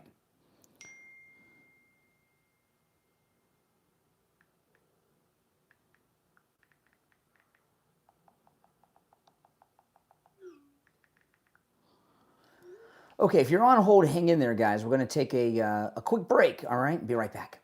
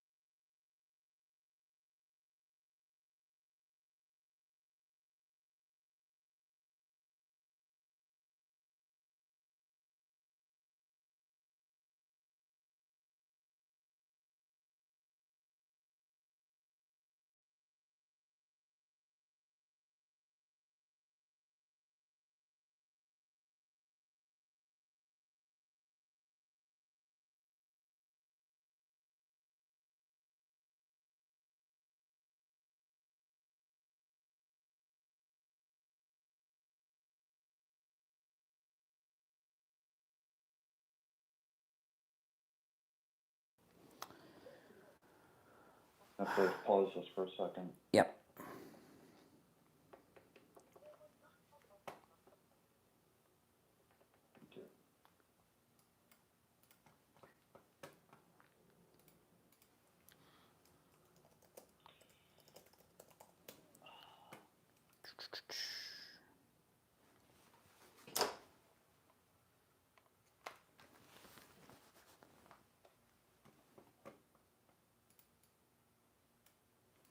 All right, and it's time to check in with Attorney Barry Siegel from the Siegel Law Group. Attorney Barry Siegel, good morning. Brian, good morning. How are you? Good, good, good. So what do you have for us this week? Well, I had a couple of situations just in the last couple of weeks that reminds us that it's so important to, obviously, you want to make sure it's all done correctly and have updating systems and all that, things that we talk about all the time. But you also need to make sure that you keep them in a place where your personal representatives, your successor trustees can find those papers. You want to keep them somewhere safe, but somewhere that they can find it.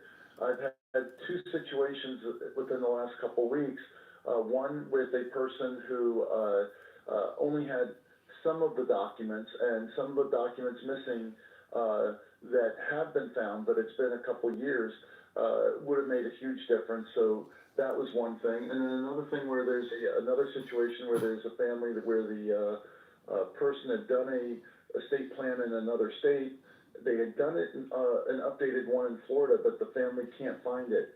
And so all of these situations have created a lot of chaos and complexity when it didn't have to be. And it's all just a matter of being able to find those documents when the time comes, and the original documents ideally. So make sure that when you get your documents, ideally, like what we do at the Siegel Law Group, they come in a very nice binder, and it's very hard to not find. You keep it with your other important paperwork, not just a folded up piece of paper or document in a envelope that's hidden somewhere that's going to be impossible to find.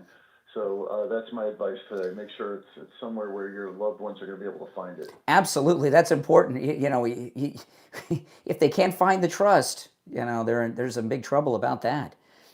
Listen, the Siegel Law Group also out there, guys, for July, and it'll be over before you know it, is offering an incredible special. The first time that the Siegel Law Group has offered such a special. Do you want to? I'll let you tell people, Barry, because I don't want to mess it up. I want to make sure we get it right. Oh, no. I'm sure you wouldn't anyway. But in July, for those of you who schedule and hire us before the end of July, and we're already just about halfway through July, so right now really is the time to act. If you schedule and hire us in July, you will get $1,000 off your living trust package that you choose for you and your family. So, like Brian says, we've never given a discount like that before. We have certain discounts that you might be able to get when you attend a living trust seminar, but it's not even that amount. And this is in honor of America's 250th anniversary. It's $250 times 4, $1,000 off. Yeah, and it's a great offer. And it is, and it's also in honor of independence for yourselves, for your family, to have that peace of mind. Mm-hmm. So we're trying to get people to take action to do what they need to do so they can gain that independence. Absolutely. Listen, call the Siegel Law Group, take advantage of that $1,000 off, and schedule your no-charge in-office consultation. 855-FLA 3782, 855-FLA 3782, and online SiegelLawGroup.com. SiegelLawGroup.com, and Siegel is spelled S-I-E-G-E-L. SiegelLawGroup.com. All right, Attorney Barry Siegel, we'll talk later in the week. Great, thanks, Brian. All right, take care. All right, you're on the air. What's your name? Where are you calling from? Good morning, Conservative Doug. Oh, hey, Doug. I gotta tell you, you did a good job putting yourself in Mitch McConnell's place, man. I gotta get that. Oh, you're looking at my AI? Yeah, I took Mitch McConnell. Elaine Chao came to visit me in the hospital. If you go to my X, you go on YouTube, you can see it. And, it took me like 10 seconds to make that picture in AI. I don't know what program you got. I got to get that. That's pretty cool. Yes. Anyhow, I'm hoping that President Trump is going to talk about the Save America Act, and it's not going to get watered down like Congress usually tries to do. They come up with a good idea, and they water.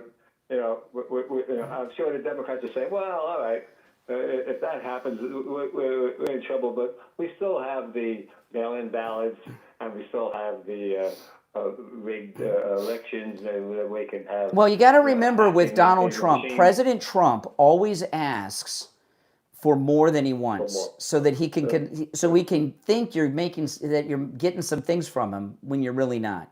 So when whatever the final version he signs in the law is, it may not be everything that we've heard about, but it'll still be more than Donald Trump really wanted. Yeah, it's certainly going to be. I would settle for proof of citizenship to register to vote, and government-issued ID to vote in person. I'd settle for that if that was the law of the land. That would be a good first step. If we had to give up everything else just to get those two things, I'd do it, because those are important. That's certainly going to be really important. It's a fair election, but them Democrats, they'll figure something out to try to cheat if they can. Yeah, well, they're freaking out. They're freaking out. All right, Doug, I appreciate the call. This Save America. See what happened. This, when this really went downhill, we've got the Republicans to blame. After the 2000 recount in Florida, okay, and remember, George W. Bush won by about 150 votes or something here in Florida. It was crazy, right? That's when this voting month came in.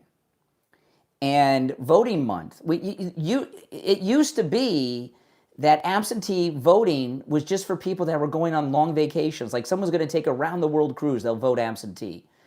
And then they turned into this voting month, and the absentee ballots, became like the way of things. And that was the idea of the Democrats. And I remember, Steve will remember this too. I know he'll remember this. This was crazy, okay?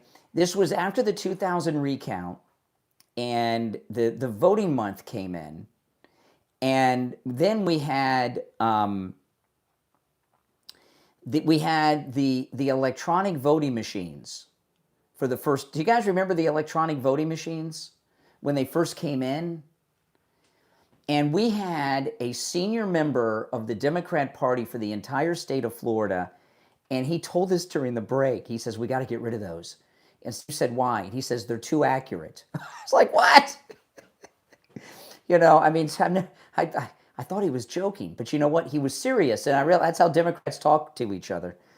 All right, let's go. You're on the air. What's your name? Where are you calling from? Hi, my name is Haley, and I'm calling from California. All right, Haley in California. What's on your mind? I don't know. I think Trump is the worst president we've ever had. Oh, your cell phone cut out. What'd you say? You think Trump's the greatest president we've ever had? Is that what you said? Trump is the greatest president this country's ever had? Is that what you said? Your cell phone cut out.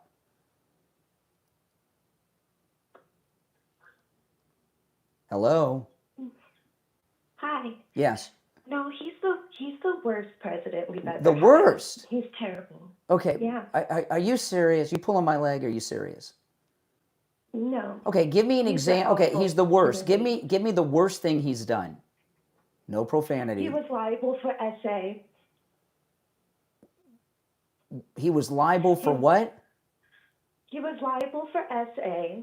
He was. What is SA? What is SA? Sexual assault. What is libel? What does it mean? What does it mean to libel? What is libel? He was accused. No. Means, lots of people are accused.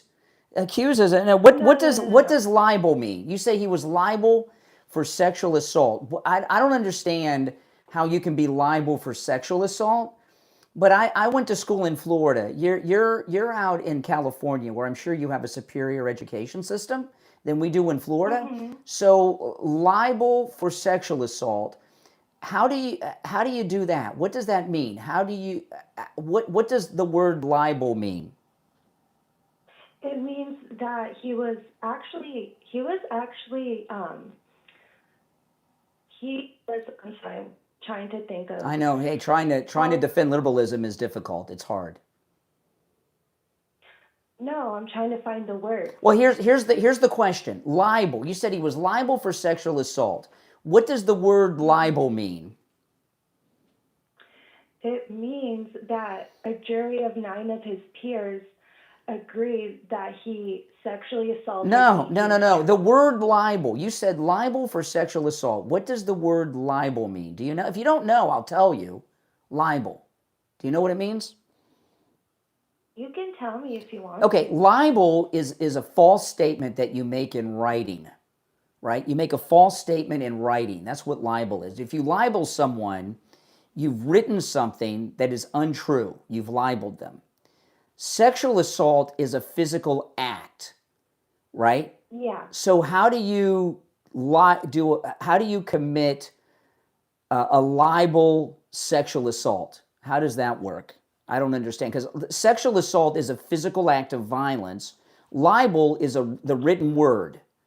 So how do you say he was found guilty, which is not true, but how do you find someone guilty of libel sexual assault? The Supreme Court actually also found him guilty. No, they said no. They refused to hear the case. Supreme Court refused to hear the case. If libel is putting something down in writing that is not true, what is the act of a libel sexual assault? Do you know? If you don't know, that's okay. Tell me. You say he was accused. Well, lots of people are accused. That's not what libel means. Yeah, libel is you've written something down that is not true. No, libel means legally responsible for something. No, I'm sorry. I don't know what dictionary you're looking up while we're speaking for your to try to make up for your limited vocabulary. But if you libel someone, you have written something down that is not true. So how do you commit a libel sexual assault? A libel sexual assault? Responsible, accountable, and answerable. No, it does not. Libel is a written lie. I can't believe you're fighting against Webster. That's crazy. Well, I just went to school and have an education. Yeah, from Florida. Yeah, from Florida. That's right, the greatest state in America. No. Mm-hmm. You know, Democratic country. No. So what I'm trying to figure out is, you said President Trump is the worst president we've ever had, and you said the worst thing he ever did is when he was found guilty for libel sexual assault, and I'm trying to understand what that crime is, because I don't understand how libel is written lies. How do you and sexual assault is a physical act of violence? How does the written word turn into violence like that? How does that work? Because there was proof and evidence that she was sexually assaulted. She had a dress that had male DNA in it, and no, that was Monica Lewinsky with Bill Clinton. That was the blue dress with the stain on it that she kept in the closet for years. No, that was Monica. That was Monica Lewinsky in the blue dress. But certainly there must be some other. Pick the second worst thing President Trump has done. You say he's the worst president ever. What's the second worst thing? He looked at naked women and girls without their permission. When did he do this? He did it when he was in the Miss Teen USA and the Miss USA pageants, when he owned the pageants. He said that since he was the owner of the pageants, he was allowed to go in there with. Well, people go into dressing rooms of television productions, but he did not walk through a dressing room with naked teenagers in it. That's not true. You know, this is an interesting thing. You think you don't like President Trump, but the reasons you give, none of them are true. They're all fictitious. If you knew the real Donald Trump, you'd probably love him. Hey, listen, I got to run for a break. How many states are there? She's thinking. 52. 52 states. Okay, that's great. There's 52 states. What was the 52nd state to join the Union? I don't know. I have a learning disability. Yeah. It's called liberalism. That's your disability. No. Yes. Yes. All right, California. Take care. Thanks for the call. Let me talk about Dr. Appleton and his robotic laser away pain treatment. Are there any doctors out there that treat liberalism? You know, because we could send you a lot of patients. Dr. Appleton and his robotic laser away pain treatment is it is a miraculous treatment. And I just want to talk about the laser for a moment. Dr. Appleton doesn't have just a laser, it's a robotic laser, right? With emphasis on robotic. And the importance of that is his laser, which of course repairs the damage that's causing you the pain, but because it's robotic, moves around the entire area that's injured. So when I go in for my shoulder injuries that I've had, falling off my retired skateboard, you know, Dr. Appleton is able to determine where in the shoulder the pain's coming from, and he starts the robotic laser there, but it moves around the entire shoulder, all around it, so that the robotic laser is treating the injury from the front, the side, the top, behind, and it heals the entire area from every side of it. And by the way, that goes from my arthritis in my hand, my knee. Dr. Appleton's robotic laser moves all around all those areas so that the injury is treated from all directions. Give Dr. Appleton a call. Appointments are not necessary. Walk-ins are welcome, even on Saturdays, okay? If you have scans, if you have x-rays, bring them with you. Give them a call and say bye-bye to your pain like I've done 7 times. 954-973-0710. 954-973-0710. 954-973-0710. And online, AppletonCairo.com. We'll be right back. Oh, man. You know, I thought she might have gotten the states right. I thought there was a pause there, so I knew she was doing some searching, you know, on the Chat GPT or something. But yeah, you cannot libelly sexually assault someone. That's not it's just not possible. It's crazy talk is what it is. All right, hang in there, guys. All right.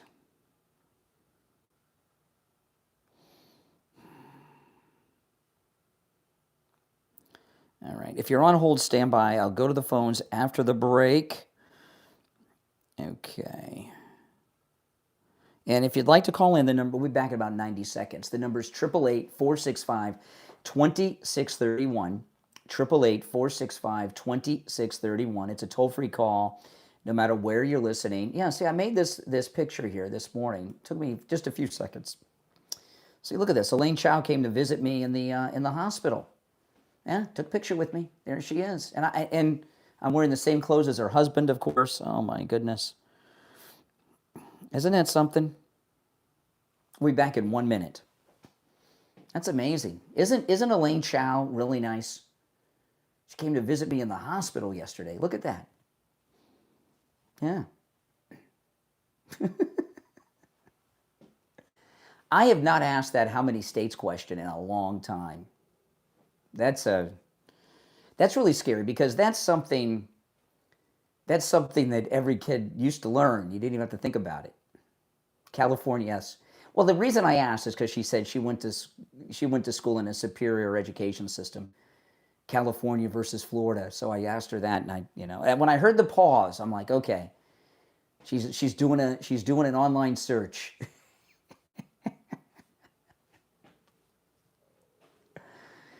Oh my! Usually they say 51, not 52. That was all right. 10 seconds.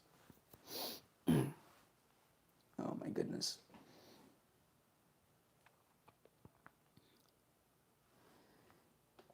You're on the air. What's your name? Where are you calling from? Good morning, Brian. It's Laura in Lithia. Lithia? Where's Lithia? It's right outside of Tampa. Oh, okay. What's up? Well, I listen to you daily since I found you by mistake a few years ago. By mistake. But I wanted to call and tell you what is the greatest thing about your show. And that is that you let the progressives speak.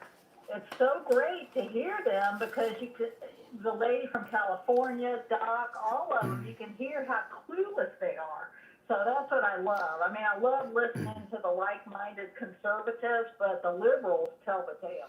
Well, you know, when I haven't asked that how many states question there are in a long time, and there was a there was a pause, and I knew she was doing the Google search in or on ChatGPT or something, but they usually say 51. 52 is an unusual one. That was you know. But I couldn't resist because she was talking about how she was educated in the superior California school system as opposed to me in Florida. Right. Well, even just hearing their political stances is just really enlightening. So keep up the good work. Well, I appreciate the call near Tampa. Lithia. I've never heard of Lithia before. Is that a tiny town? I've never heard of Lithia. Now you have. Well, it's a suburb. It's Oh, like I see. the A biggest suburb. city here is in Oh, the okay. neighborhood of All right. Fairmont. A suburb. That counts. All right. Take care. Yeah. All right.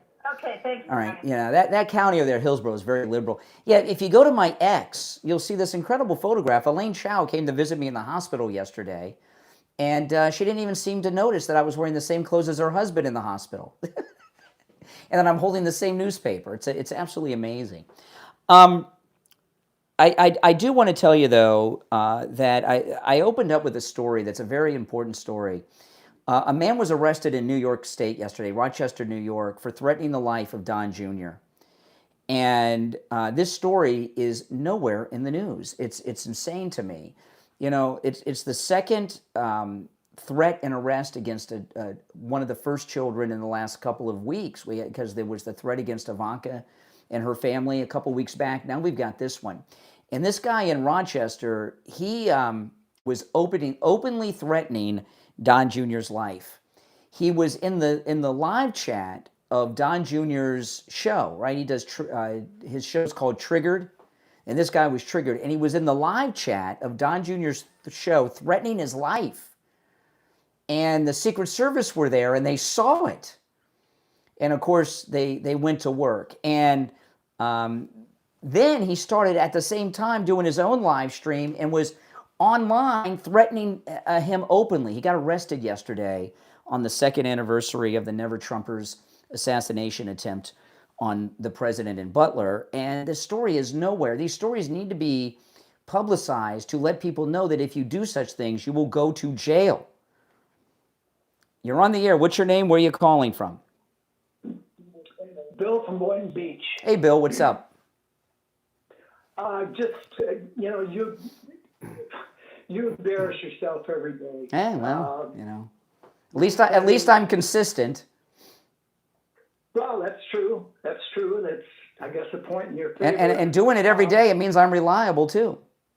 I'm consistent. I'm reliable. These are very good qualities. That's funny. That's kind of the reason I called for a rhyming word. You just had a mental battle with a mental deficient. Although she won. Her word is liable. L-I-A-B. So you got to. So let me get this straight.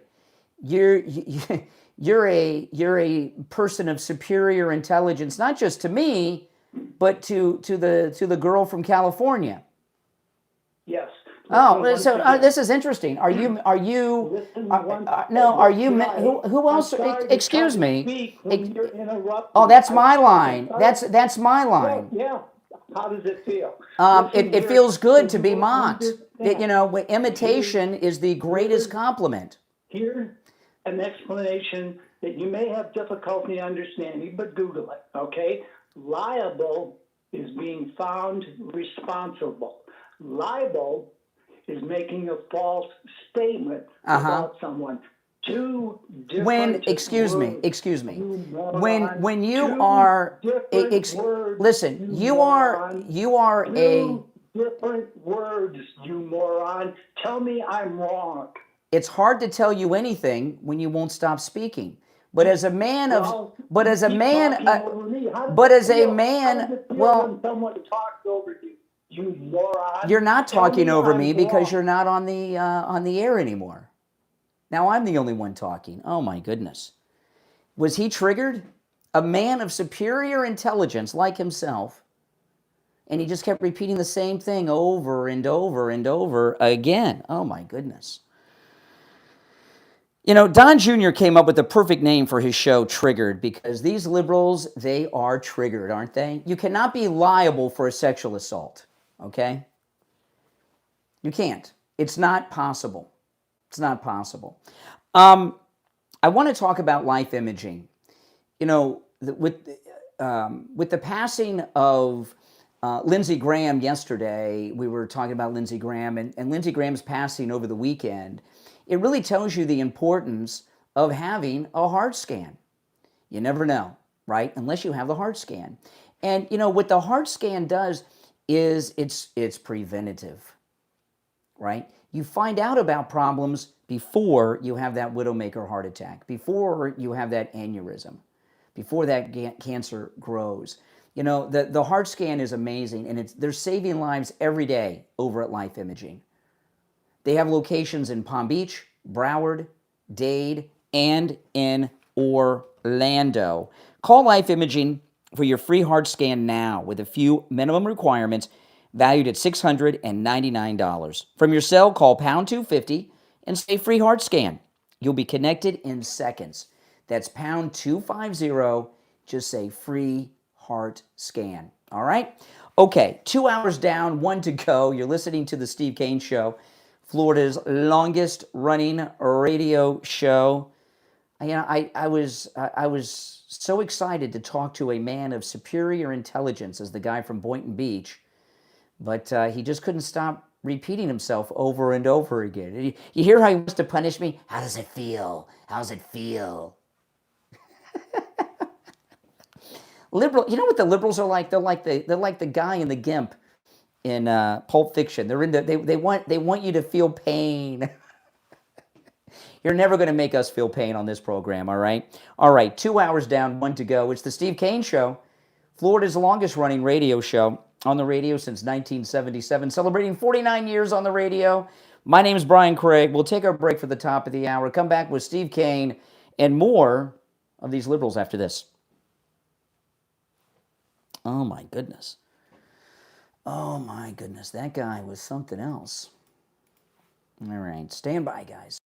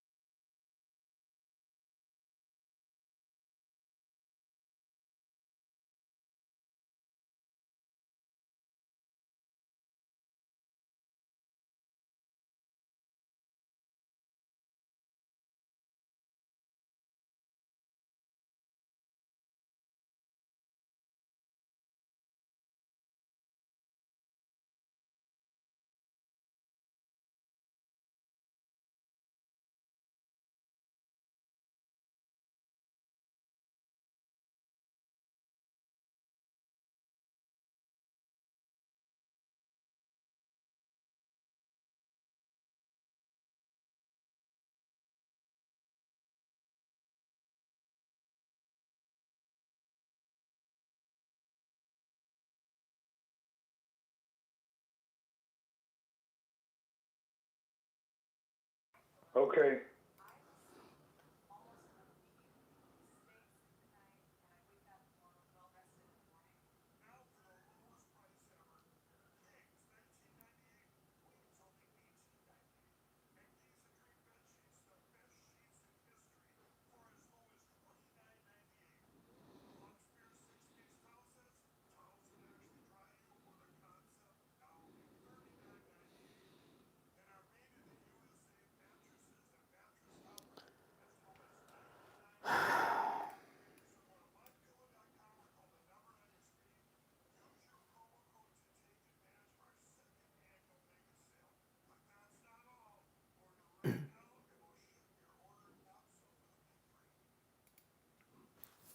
All right, a little more than a minute. We'll be back. Sounds good.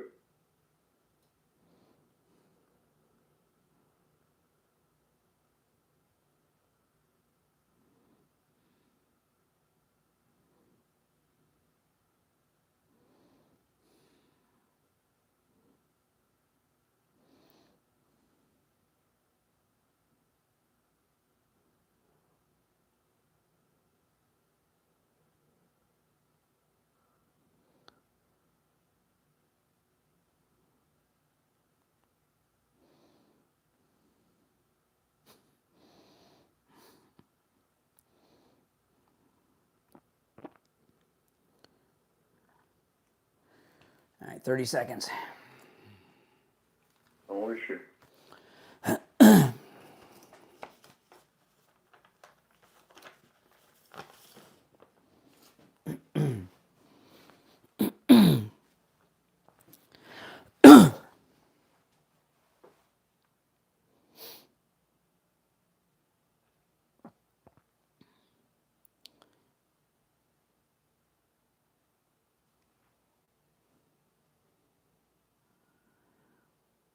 All right, the 8 o'clock hour has begun. It's the Steve Kane Show. I'm Brian Craig. Steve Kane joining us.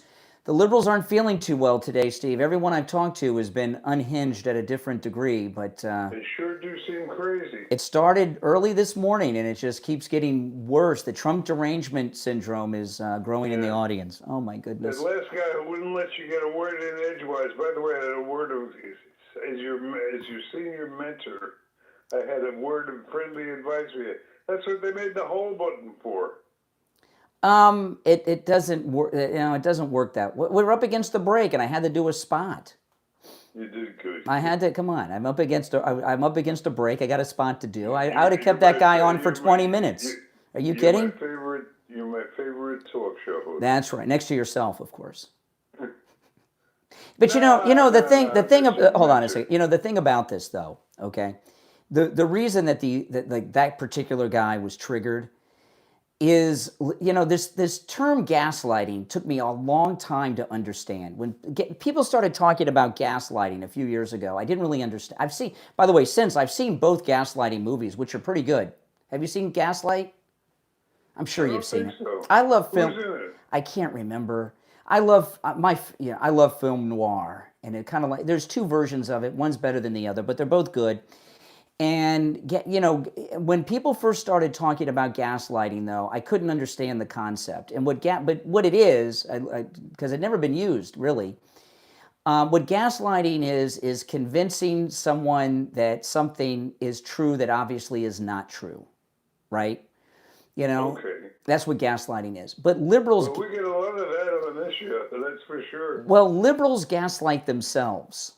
Right? So liberals convince themselves of things that are not true. And what triggers them oftentimes is when they start to come out of that delusion and realize that their fantasies are not real. And that's when It's a horrible moment. and that's when they start to lash out. Yes. And they like to run around saying that Trump's a rapist. He's not. Yeah. and the dress was Lewinsky.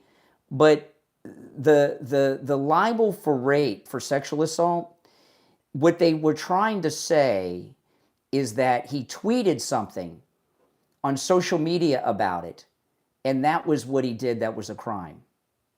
Okay? And that's where the libel came in, that he tweeted something. Exactly. And tweeting something on social media is not a sexual assault. I've got news for you. All right, but these brain dead liberals, even though that I just told you that, the next time they won't know because it won't sink in. The Trump derangement syndrome blocks this out. So Rots the brain. All right, do you want to take a call or two? There's a lot going on here. All right, let's go. You're on the air. What's your name? Where are you calling from? Carlos, Port St. Lucie, Florida. Hey, Carlos. Hey, 52 states. Yes. Now, hear me out. Yes. It's the education system. Because I got a nephew. I swear to God Almighty, I had to bring out my global atlas and show him. Because he was arguing me. He was telling me that Africa was a country. Yes. And he wants to become a teacher. So we got idiots great. teaching idiots. And then you put pot on top of that. And then you give them pot, smoke pot on top of that. It's ridiculous. And second of all, Donald Trump was never found guilty of raping that girl because that girl didn't even know what date she was raped or where she was raped. Decade. She didn't know what decade. Right. And what he was found guilty is because they said that he insulted her. Say, oh, I wouldn't go. Just look at her. I wouldn't do that. Yes. That's the only thing they found him guilty of because he insulted her. And the 52 state girl, okay, at the end, when she says, well, she said, what did she say? She was mentally disabled, mentally challenged or something. Okay. I've known people and do know people that have learning disabilities and have suffered different levels of, I know you're not supposed to use these words anymore, but like mental retardation and such. And people that like Jane Renee? yes, okay. People that are in those situations, they're not aware of it. Typically. Right. Okay. So what she did was, I'm looking stupid. You're asking me questions faster than Google can give me the answers. So I'm going to say, well, I'm mentally disabled. Give me a break. That's incredible. All right, Carlos. I appreciate the call. Thank you. Have a All good right. day. All right. Bye-bye. Take care. Did you have anything in particular, Steve, you wanted to go with? Because there's a couple stories. Just carry on. Okay. There's a couple stories out there that I just want to mention. This guy that got arrested in New York for threatening the life of Don Jr., there's like no stories about this. And this guy, what he did was insane, Steve, what this guy did, okay? This guy is one of the most dumb Democrats out there, and he's going to prison, hopefully, although he got arrested in New York, so who knows? Is Rochester conservative to our New Yorkers out there? Because he was arrested by the FBI and Secret Service in Rochester, New York. Is that part of the conservative part of the state? I don't know if there's anything you'd really call conservative. There's New York extreme liberal. Yeah. So Don Jr. is doing his show, right? He does a show every day, and it's called Triggered with Don Jr. And he's got a live chat like I have on YouTube. The guy is in Don Jr.'s live chat threatening his life in the most graphic ways you can, using his real name, by the way. And the Secret Service saw it. So they start to get active, tracking him down. He starts his own live stream online at the same time and starts threatening Don Jr. with his face and verbally as he's typing in Don Jr.'s live chat. And the threats, I'm not going to tell you what the threats were because they're really bad. I mean, they're pretty graphic and very explicit and very specific. And you're not going to tell us. Well, I can't, no, because it's not, there are things I'm not going to say. And it's pretty bad, right? And the guy has Trump derangement syndrome so bad, he's not even hiding it. He's showing his face and he's using his real name.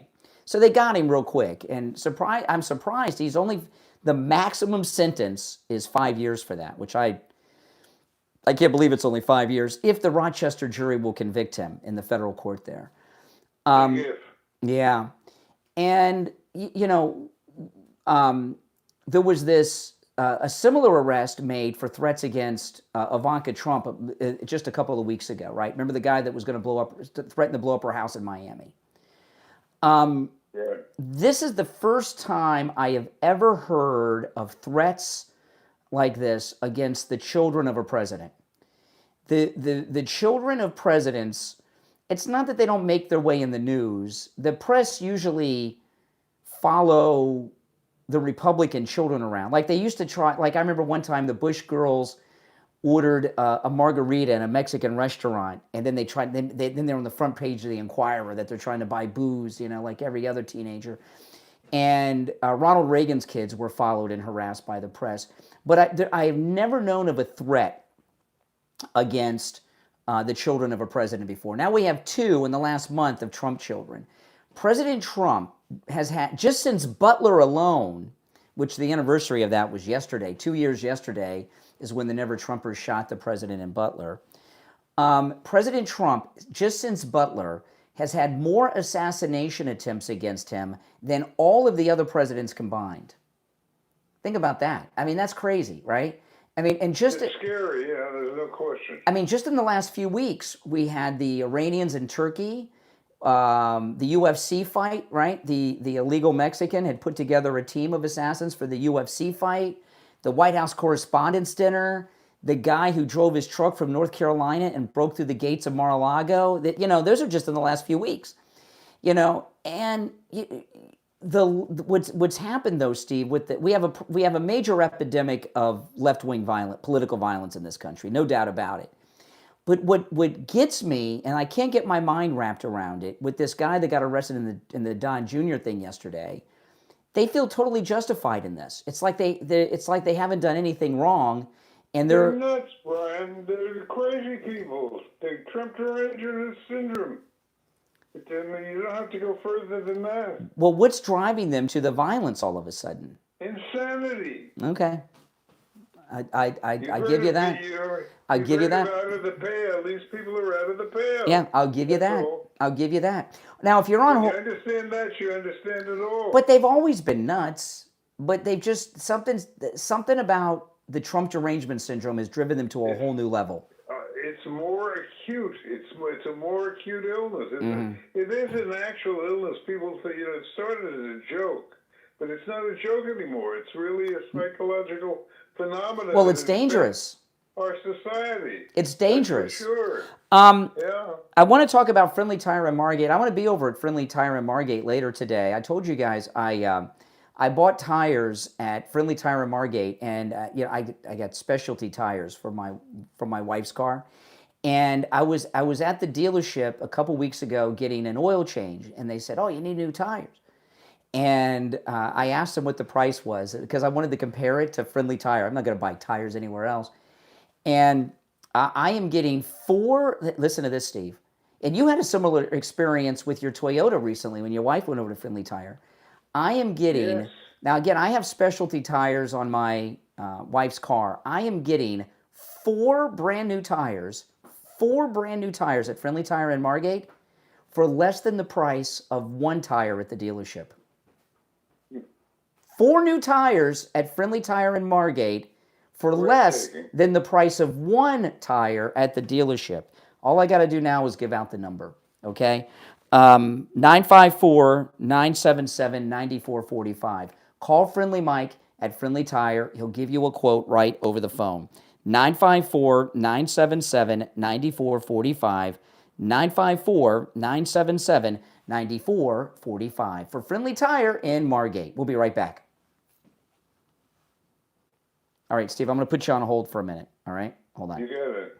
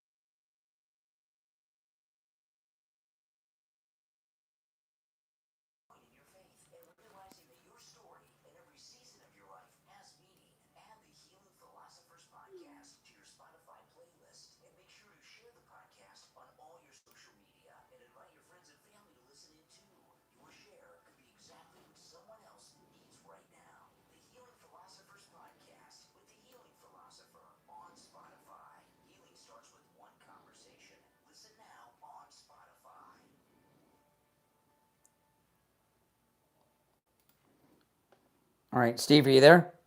Yes, sir. Okay, we got about 1 minute. You should see this picture I did with AI. I replaced Mitch McConnell with me with Elaine Chao in the hospital. That's funny. Yeah. Looks just like it's just she came to visit me. All right, 45 seconds. All right, if you're on hold, hang in there, guys.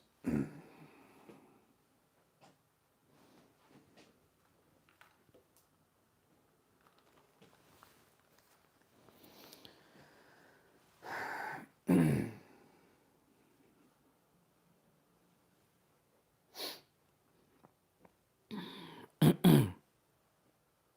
right, 15 seconds.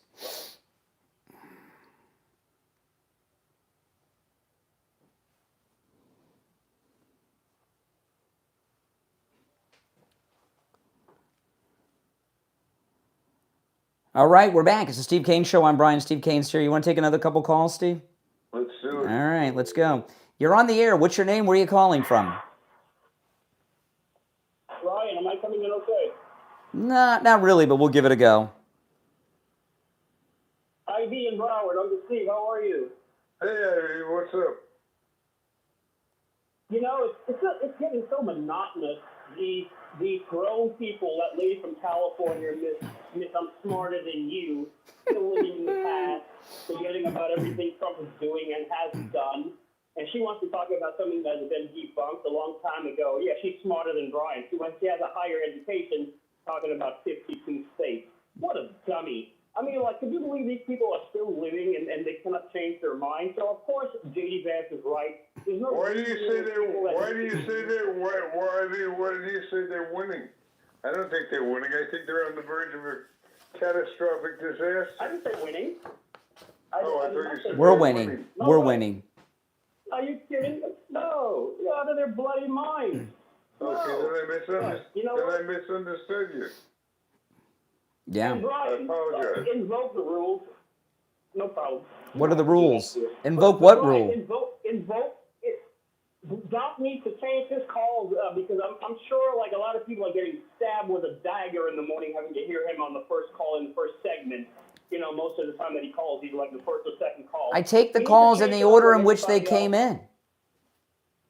No, I'm telling you to tell him change his calls up, otherwise. Well, you know, some of you guys complain about Doc, but you guys seem to talk about him a lot.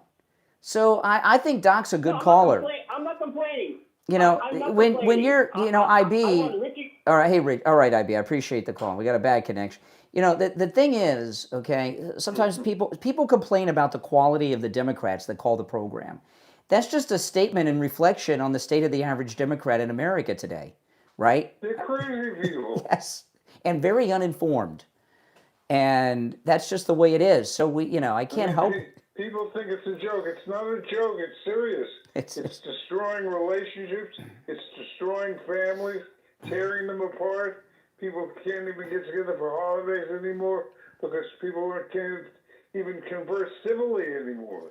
It's outrageous what's going on. We have one liberal in my whole family, right? And that's all it takes. And when once or twice a year, my wife always says, Brian, don't bring up any politics or anything. And I don't, but I know they will, and they're itching to. And and when they do, and it's so funny, when they do, they bring up these things. And you and I are pretty well informed on the news. They bring up all these things and people I've never heard of, right? Like, so we're having Thanksgiving dinner. Well, what do you think about the Welsher Group? And Don Simpson. I'm like, who is that? I don't know what the Welsher Group is. Don Simpson, he's got the Welsher Group and he got that deal. And they watch Rachel Maddow, and it's like they're in a. By the way, I find her increasingly difficult to find. I was trying to find her over the weekend. My sister is in town, and she wanted to listen to Rachel. She's a liberal, my sister. She's on Monday nights at MSNBC. She looks like Elvis Costello back in the 80s. But what the hell is that thing? She's on the star of the station. She's on one night a week? Monday nights. What's that about? Her being a star and being on once a week. That's how big she is. She only has to come on once a week. I don't buy it. What cracks me up is on election nights on MSNBC, they have Rachel Maddow there at the center, like she's the oracle of all knowledge. She's one of the dumbest people on television. She's pretty stupid. No, I don't agree with that. Really? You think she's smart? I think she's a smart cookie. I think she's a highly skilled propagandist, very, very effective. I think, by the way, my theory is that's why she only works one night a week, where she doesn't have to. Well, I give you that. Millions. I think she's on the Soros payroll and a bunch of these other real oligarchs. Not the ones that Bernie talks. Do you know what her hobby is? Do you know what she does as a hobby? I can only imagine. When she said this, I couldn't believe it. What would you think? Rachel Maddow, what do you think her hobby is? Nothing I can repeat over the air. No, you can repeat this. This is so ridiculous. And I'm not kidding. I've heard her say this more than once. Tell me. Trout fishing. trout fishing? Yes. I didn't know people still did that. Trout fishing is like from the 50s. But yeah, trout fishing. That's her hobby. Wow. Isn't that a weird hobby for Rachel Maddow? You would think, you know, I don't. It's a very bizarre. I thought that trout fishing was like the Mad Men era. But don't underestimate her. Am I kidding? She's the top liberal spokesperson today, and she's very good at what she does. Really, that's why they're doing so well. Which is misleading people. I bet you if you looked at it, well, I'm sure Rachel has the highest numbers at the station. Well, yeah, you know, so she has the highest numbers of 10 times 0 is 0. Okay, go ahead. You know, the lowest rated show on Fox is higher rated than the highest rated show on MS now. I understand that. I understand all that. I'm not talking about that. Well, you haven't seen her in a while. You know what happened with Rachel Maddow is when that Russia thing that she was promoting for years was exposed as fake, she was publicly humiliated, and she's never been able to get over it. And I think she does one night a week because that's all she can face. She can't face people every night after that humiliation.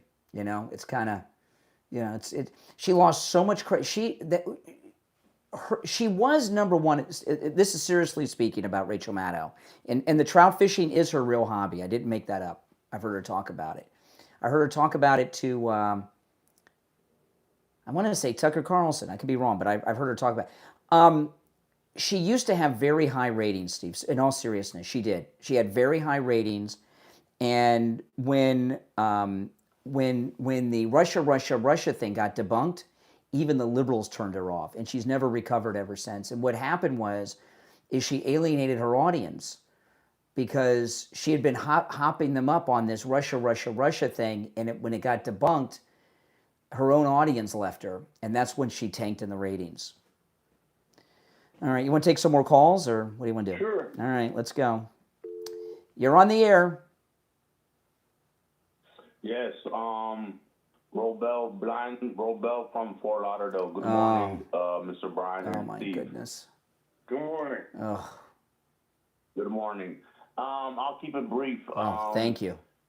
Brian, I think you've hit an all-time low. Why are you making fun of deceased people? Who am I making fun of that's deceased? I mean, I don't know if you're making fun of him, but you put an AI of Mitch McConnell. Mitch McConnell has not died. I missed that. Has Mitch McConnell died? Did I miss that in the news? Let me check. The AI photo that you put with the lady with his wife visiting him at his bedside. That's his wife. That's Elaine Chao. That's Mitch McConnell's wife. No, he has not. It's not been reported that he's died. Oh, he hasn't? Well, okay. Well, he's still in critical condition, and you put an AI. No, photo. he's up and awake. No IVs, no medical equipment or anything. No, that's me. I was in the hospital and Elaine Chao, Mitch McConnell's wife, came to visit me. Okay. And lastly, the thing about what's her name? You said that Democratic Socialist, my cousin. You telling me that your daughter, she's 29, you're 55, and you're calling her an imbecile and stuff? I mean, I bet you won't tell her father that your daughter's an imbecile, an idiot. Now she's your cousin? The woman running in Colorado, the Democrat Socialist, is your cousin now? You said my cousin? That's just the culture. That's just the culture. All Ethiopians are cousins? All Ethiopians are cousins? Yeah, we derive from Kush. Kush? The first Ethiopian was Kush. Kush, C-U-S-H, the first nation mentioned in the Bible. Let me, the First Nation. Okay, all right. So why are you making fun of a 29-year-old? That could be your daughter. Let me tell you what he's talking about here, okay? He's talking about the Democratic Socialist who just won the Democrat primary in Colorado. She's originally from Ethiopia. She's the one that said that 9/11 was our fault, okay? And she's an idiot to say something so stupid. Another Rhodes Scholar. I don't care if she's 29 or 129. That's a stupid thing to say. And it shows she's not American. Well, for a 55-year-old, well, a 55-year-old, she isn't an American. She came as an infant, just like I did. She came out when she was 2. Yeah, well, She's she still has the mind of an Ethiopian infant to say something so stupid. I think, but I mean, for a 55-year-old to talk about a young lady like that, somebody who's his daughter's age, I don't think that's very classy. Well, my daughter's not an idiot. Why? Because she doesn't make comments like she did. You said last. Well, time. yeah, my wife and I did a great job. Our daughter doesn't go around saying that 9/11 was the fault of the United States. Which you don't agree with that, do you? Well, he's thinking. I hold back my comments. Really? You hold back your comments? Oh my goodness! So you agree with her? But why? Listen, we got to run. We got to run for our bottom of the hour break. Listen, it is hot. It is that time of year, and if your air conditioner is not cooling off your home, if your AC is blowing hot air, if rooms of your house are not cool in the middle of the day, your air conditioning isn't working. You want to call Sloman Central Air Conditioning. Listen to this. Sloman Central Air Conditioning is offering a high-efficiency 5-ton 18-SEER system that uses R454B refrigerant for just $59.99. This is an incredible deal. And listen to this. With 0 down, 0 payments, and 0 interest for 18 months. Plus, it comes with a 5-year bumper-to-bumper service plan, which includes annual system maintenance, filter replacement, and refrigerant and refrigerant. Yes, it's a new product. You get refrigerant, yes.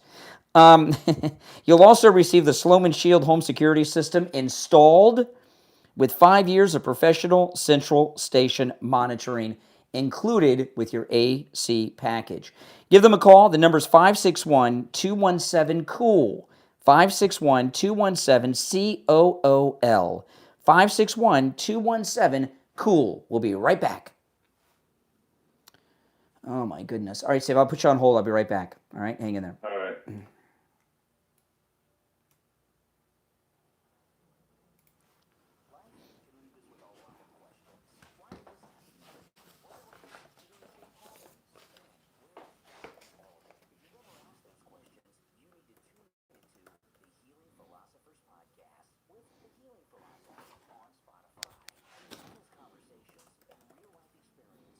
Each episode explores topics like healing from past hurts, generational karma,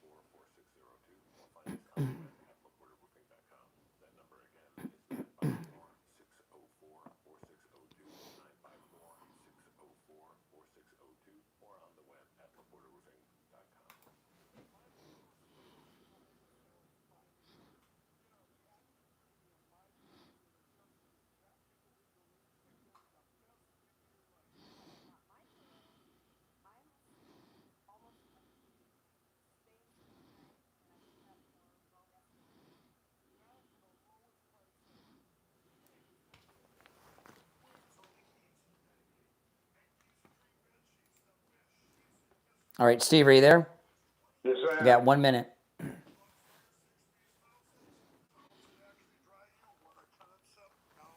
You there, Brian? Yeah, we got less than a minute.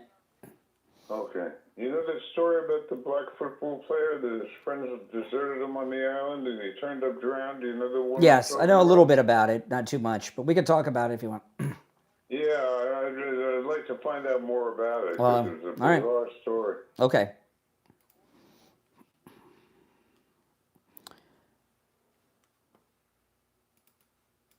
All right, 30 seconds, we'll be back.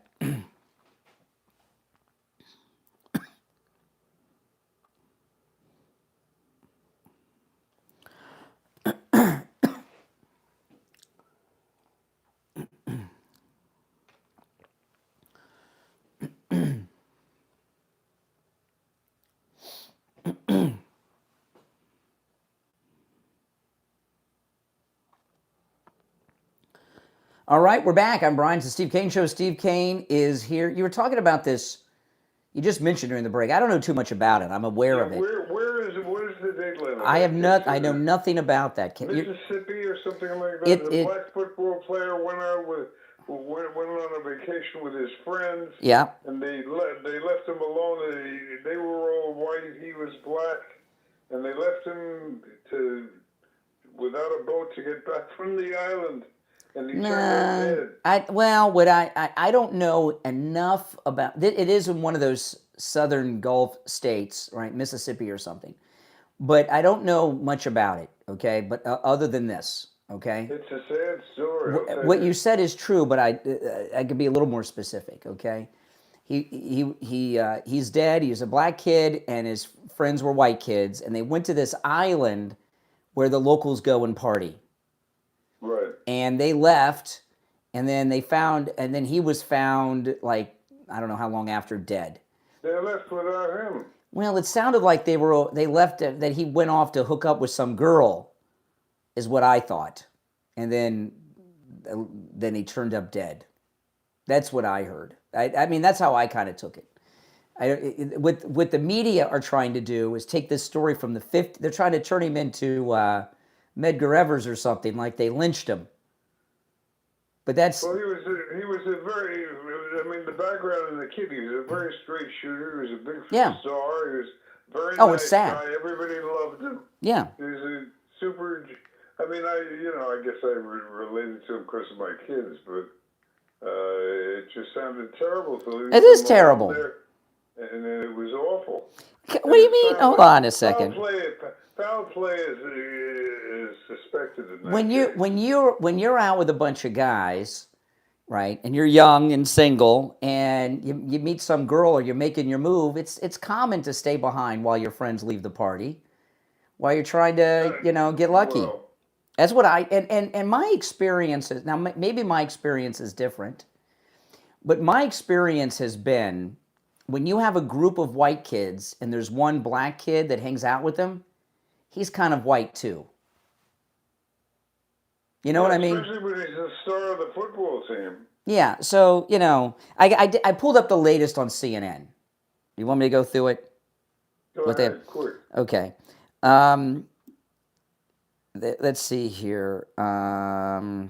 His parents are fighting for answers behind their son's death. He and his friends went to a 4th of July trip to Horn Island, which is an island where no one lives, but the locals go out there to party, okay, off the coast of Mississippi. There's no shelter, no facilities, no communication. His friends made it back home. Wells was a student and wide receiver at the local community college. He didn't make it back. His body was found by the Park Service face down in the water off the shoreline Monday morning. 4th of July was Saturday. They found him on Monday morning. Now, many questions remain unanswered. Why didn't he return on the boat with his friends? Why didn't he have his cell phone with him?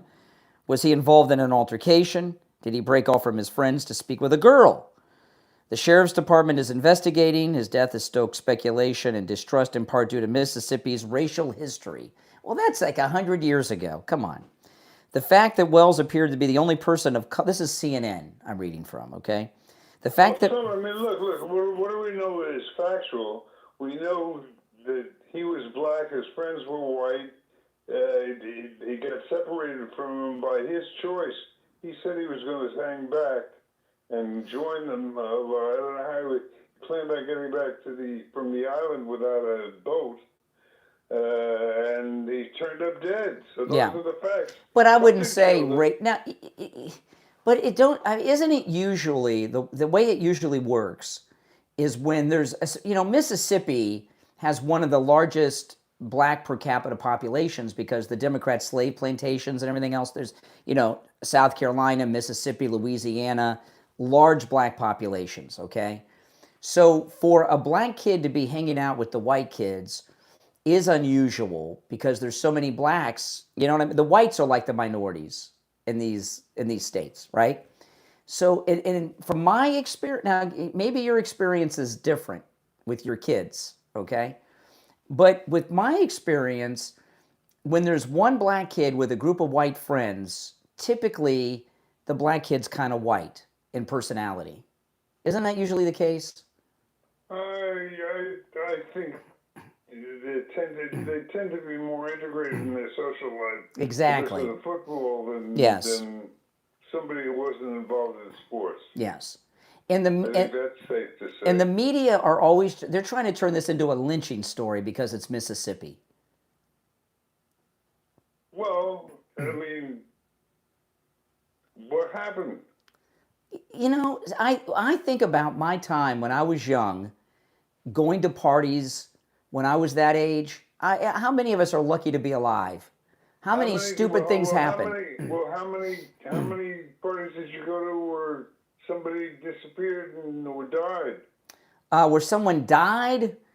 No, but there had been some alcohol poisonings where we had to, take care of things. There were some alcohol poisonings. I don't think this is a case of alcohol poisoning. Alcohol poisoning can lead to passing out and dying. Sure. Well, hopefully we'll find out if the authorities do their job. With young people in parties, alcohol, poisoning is a big deal, and people do all kinds of stupid things, And I've seen some pretty crazy things happen with me and with others where I don't know how we survived, and we're doing things we should not have been doing, and these parties get very dangerous. I don't know of a death. No, I can't remember a death. I think I'd remember that. But I've seen people get hurt. I've seen cars get totaled. I was at a party once where a girl got her foot run over by a car. Things like that. Her what run over? Her foot. Somebody drove over her foot. Yeah, and I've seen that happened. I've seen stupid things like that happen, but no deaths. But it's not Al Sharpton's quoted. He's trying to inject himself. Did I see Benjamin Crump involved in this? I think I saw Benjamin Crump on. Yeah. Okay. He is. Yeah, the new Johnny Cochran, Benjamin Crump. So he's involved in it. But what I've noticed is I haven't heard much about this case in a few days, which kind of tells me that maybe they've gotten wind that it was nothing. There was a big article in yesterday's Post, and there's an article today in the follow-up in the Post. Usually, if guys go to a party and someone's left behind, okay, it's because one of them met a girl, right? And that's it. And I saw there was a guy, I don't know what they call them, but how they have the let me answer these. How they have like the Texas Navy that go and help people in distress? Yes. They have a version of that in Mississippi. And I saw a guy interviewed a few days ago who's a helicopter pilot with the Mississippi equivalent, and he was on the search for the kid. And he saw him. He's not the one that found him, but he saw him. And he said, what did he have to say? Well, remember, they found him Monday in the water, and 4th of July was on Saturday. And he said he did not look waterlogged or bloated from the water, his body. So he had not been face down in the water for the weekend, is what he said, based on his appearance. So the boys were gone. So, what they're trying to imply is that the boys drowned him and left him. But that's not consistent with what the helicopter pilot said. Well, someone drowned him. It didn't have to be or he was with. Or he was drunk and passed out. Sometimes too, what happens with some of these, none of the parties I went to, but when I've seen cases like this, sometimes when someone dies due to stupidity, you know, the kids panic and leave because they don't know what to do. It doesn't mean they killed them. We'll find out soon, I hope. But I'm surprised Benjamin Crump's involved, because because Benjamin Crump typically gets involved when there's like a municipality to sue, like a city. With the kids, Crump will find somebody to sue. Not with those kind of pockets. The regular people, parents, won't have the money. These are community college students. These aren't some rich kids. He's not going to sue the parents. Who would he sue? The state for having the island? It depends what the story is. Who would they sue? I mean, he's not going to look to prove the kid killed himself. He's going to look for somebody to blame. But who do you sue? Maybe there's a criminal thing. Benjamin Crump makes his money off lawsuits. Exactly. So who does he sue? The state of Mississippi for not cordoning off the island? It depends. I can't tell you what he would sue for without knowing what happened. Mm-hmm. But I'm sure there's a story that he'll locate. Okay. He's famous for that. Okay. Well, listen, let's take our last break. We'll come back with the Gold Report after this.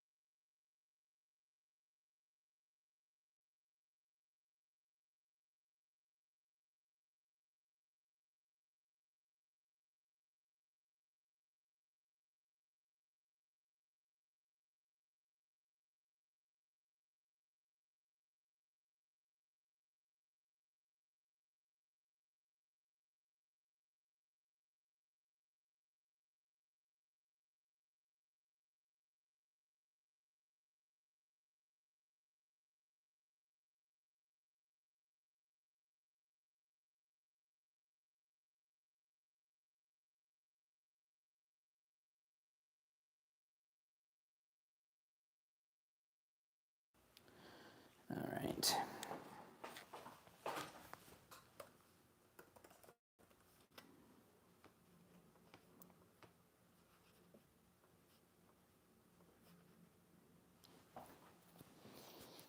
All right, 20 seconds.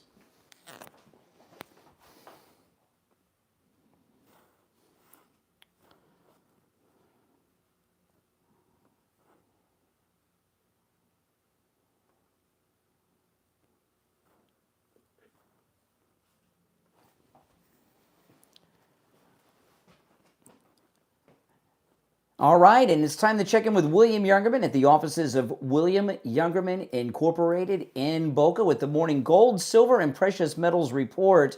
William Youngerman, how are the metals looking?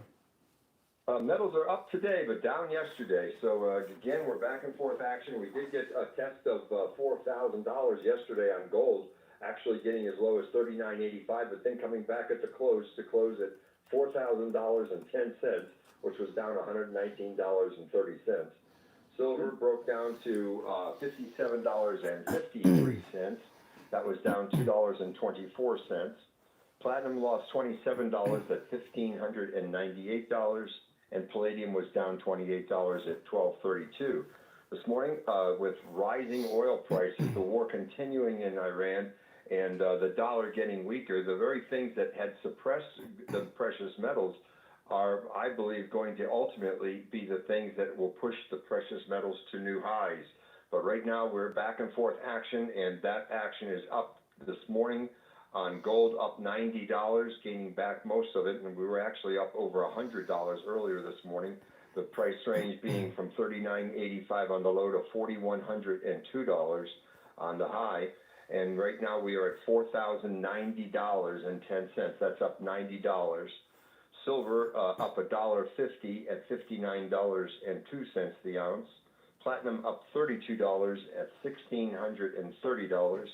And palladium up $28 at $1,260 the ounce. So oil, again, $80 a barrel. The U.S. dollar is showing sinking lower, and pretty much the metals responding. Yeah, and gold and silver, the metals they're often referred to because they're a store of wealth. It's a hedge against inflation. What do you recommend people buy today that they come in, they have somebody they want to buy gold, silver? What are you recommending people pick up today? I think gold and silver are a screaming buy right now. Gold has a little bit more downside potential, but if 4,000 continues to hold, then we could see a bounce and we could take out the resistance area of about 4,250. If we take out the 4,250, then 5,000 and 5,500 are back in our sights again. But right now we have these areas of resistance to get through, which could happen in literally a day or two. Absolutely. So these are great buying opportunities, and if you haven't bought any precious metals, buy now and then average in if it goes a little bit lower. But this is a great buying opportunity. Absolutely. Well, listen, William Youngerman opens up at 10 a.m. You can stop by his shop in Boca, just east of US 1 Federal Highway on the south side of Palmetto Park Road on the first floor of the Bank of America building. You can't miss it on the south side. And when you enter the Bank of America building, William Youngerman is directly across from the bank inside the lobby at 150 East Palmetto Park Road. You can give him a call toll-free, 800-327-5010, 800-327-5010, and online, WilliamYoungerman.com. All right, William Youngerman, we'll talk tomorrow. Okay, have a great day. All right, take care. One of the things, we're talking about parents and kids, one of the things you can really judge a person by is how their kids are, right? Because your kids are like a reflection of you. And, I believe that. And you look at Trump's kids, they're awesome. And then you look at Biden's kids. Both Biden's kids are junkies. Both of them. What are the odds of that? Would you be? Well, if my parents were, I probably would, Well, if your parents were Joe Biden. Oh, my goodness. But yesterday, when the governor of South Carolina picked Lindsey Graham's sister to replace him to finish out his term, and by the way, I hope she runs in November, because Lindsey had already won the primary. So I hope she wins in November. He adopted his sister when the parents died. I know the story. It's a great story. He was 21. I don't remember how old she was, but I didn't know too much. I knew about Lindsey, but I didn't know all these details because he's kept his private life kind of secret. He adopted her so that she would be eligible for his veterans benefits because he was in the Air Force, which is amazing. Right. And I saw her yesterday, and he's basically he did raise her, so he's her parent, not just legally, but actually by raising her. And you could tell Lindsey did a great job. And now I think we know why he never married. Because he was taking care of his sister that he adopted. That's why he never married. And I was blown away that he's one of the only people in Congress that are poorer than Lindsey Graham. Not that he was poor, but that are the people that are brand new, that they haven't opened the books up yet. And I would have thought that Lindsey Graham would have been worth $30, $40, $50 million easily. And his net worth, while it isn't poverty, between $1 and $2 million, which includes his home, by Senate standards, he's poor, right? Yes. I mean, these people, they go to Congress, they got nothing. Well, he's honest. He's honest. He was an honest guy. That's right. He was an honest guy, which you don't get all that much in the government, right? And if you watched any of the tributes to him yesterday, it came through very loud and clear as you listen to his colleagues lament his passing. Yeah. His sister seems all right. I hope she runs for that seat because these piranhas, these sharks that are circling the wagons, you got Nancy Mace, Trey Gowdy, and... well, Trey's a good guy. He hates Trump. He hates Trump. So that isn't that allowed? No. When you say hates, excuse me. When you say hates, you mean disagrees. No, hates him. He doesn't hate him. Yeah, he does. Lindsey Graham's not a hater. He's a born again No. Christian. Trey Gowdy. Trey Gowdy hates Trump, and I know this because during the campaign, he has a show on Sunday nights on Fox. Hold on. Who did I misspoke? Who did I say? You said Lindsey Graham, the man who just died. We're talking about Trey Gowdy. Trey Gowdy hates Trump, and I watched his show during the campaign, his Sunday night show, because they reran it in the middle of the night when I was up doing show prep, and all he did was attack everything Trump was doing on the campaign trail. And another thing with Trey Gowdy, I can't stand looking at him. This guy, he's had the worst cosmetic work or makeover or what. He looks like he's transitioning to another species. He's hard to look at on TV. He's very, and then we got Nancy Mace, Trey Gowdy, and Nikki Haley. All three of them want to be the senator. And they all hate Trump, and they're all creeps. Especially Nikki Haley, followed by Nancy Mace, and then Trey Gowdy. And I like Lindsey Graham's sister. I was pretty impressed with the sister yesterday, and I would love her to run. Pamela is nice. Yeah. And if she runs, she'd win. And it has to be decided because the question Lindsey's already on the ballot. Because of the emotional situation, would it help pass these important bills that Graham was trying to get through? It looks like the Save America Act is going to go through now in his name. They're going to connect it to a budget issue, so it bypasses that filibuster, and it's going to get through. And the thing with Lindsey Graham's sister, she has got a personality that I don't think people could say no to, right? And I don't mean just the sympathy from her brother. She's got a skill set, she's likable, and if she came out in favor of the Save America Act, it would just happen. Just she's like going to, you know that. Yeah, exactly, because her brother wanted it. Picture. She said, she wants to finish the work that she says, I want to finish the work that Lindsey was doing, and the Save America Act is at the top. So yeah, so she didn't have to say that for us to know that up front. Yeah, but she was saying it because she was saying it's going to happen. What I heard her say between the lines was the Save America Act will get passed, and I'm going to make sure it gets passed. Yes, that's exactly what she said. Yeah, and I'm not even between the lines. It's in the lines. Yeah. And the president's going to address the nation Thursday night in prime time at 9 p.m. I hope it's not during the World Cup, but he won't be, I'm sure. Does that ever end? Does it go on for 4 years? There's 2 more rounds. How many games are in a round? Well, it depends which round. I mean, there's 2 games. There's 4 games left. You don't get bored with it? It goes on too long. Bored? This is the most exciting part where the best teams are meeting at the end and we all collect our bets. I lost interest when our team, when we're no longer in it, I lost interest. It was an unfortunate display that we didn't look better. Yeah. It was unfortunate, but I think it was a huge success. It's never ending. It's every 4 years, but it goes on for months. I mean, gee whiz, enough of the World Cup. There is no game like soccer. Soccer is the best. Yeah. I'd rather watch golf. I really would. Oh my God! Talk about watching paint dry. Well, it's better paint. Golf. Yeah. Oh my God.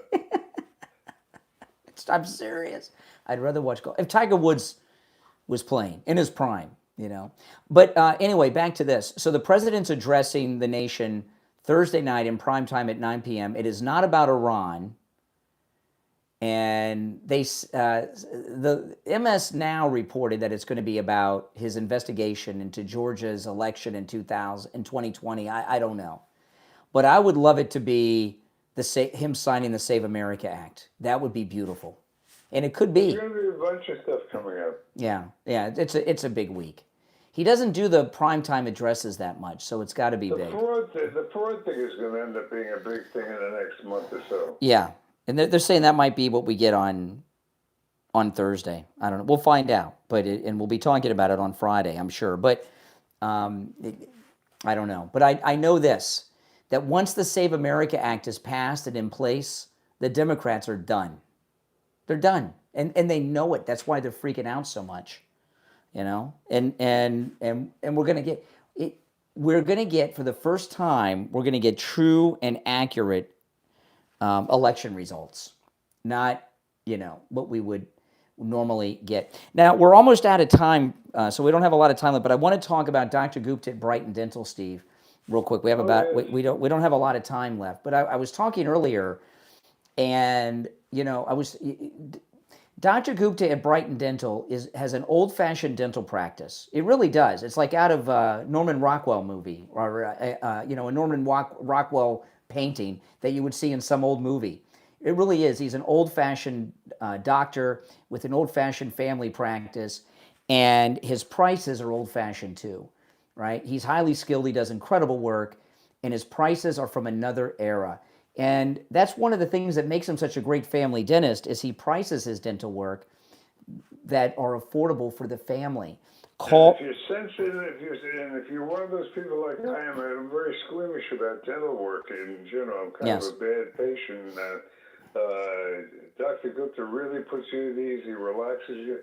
I don't get all the anxiety that I usually get, that I used to get before I found Dr. Gupta. He's the best, and whatever your dental problems are, he'll take care of them. And he gives you. If I don't give out the number now, we're going to run out of time. So let me. Give him the number.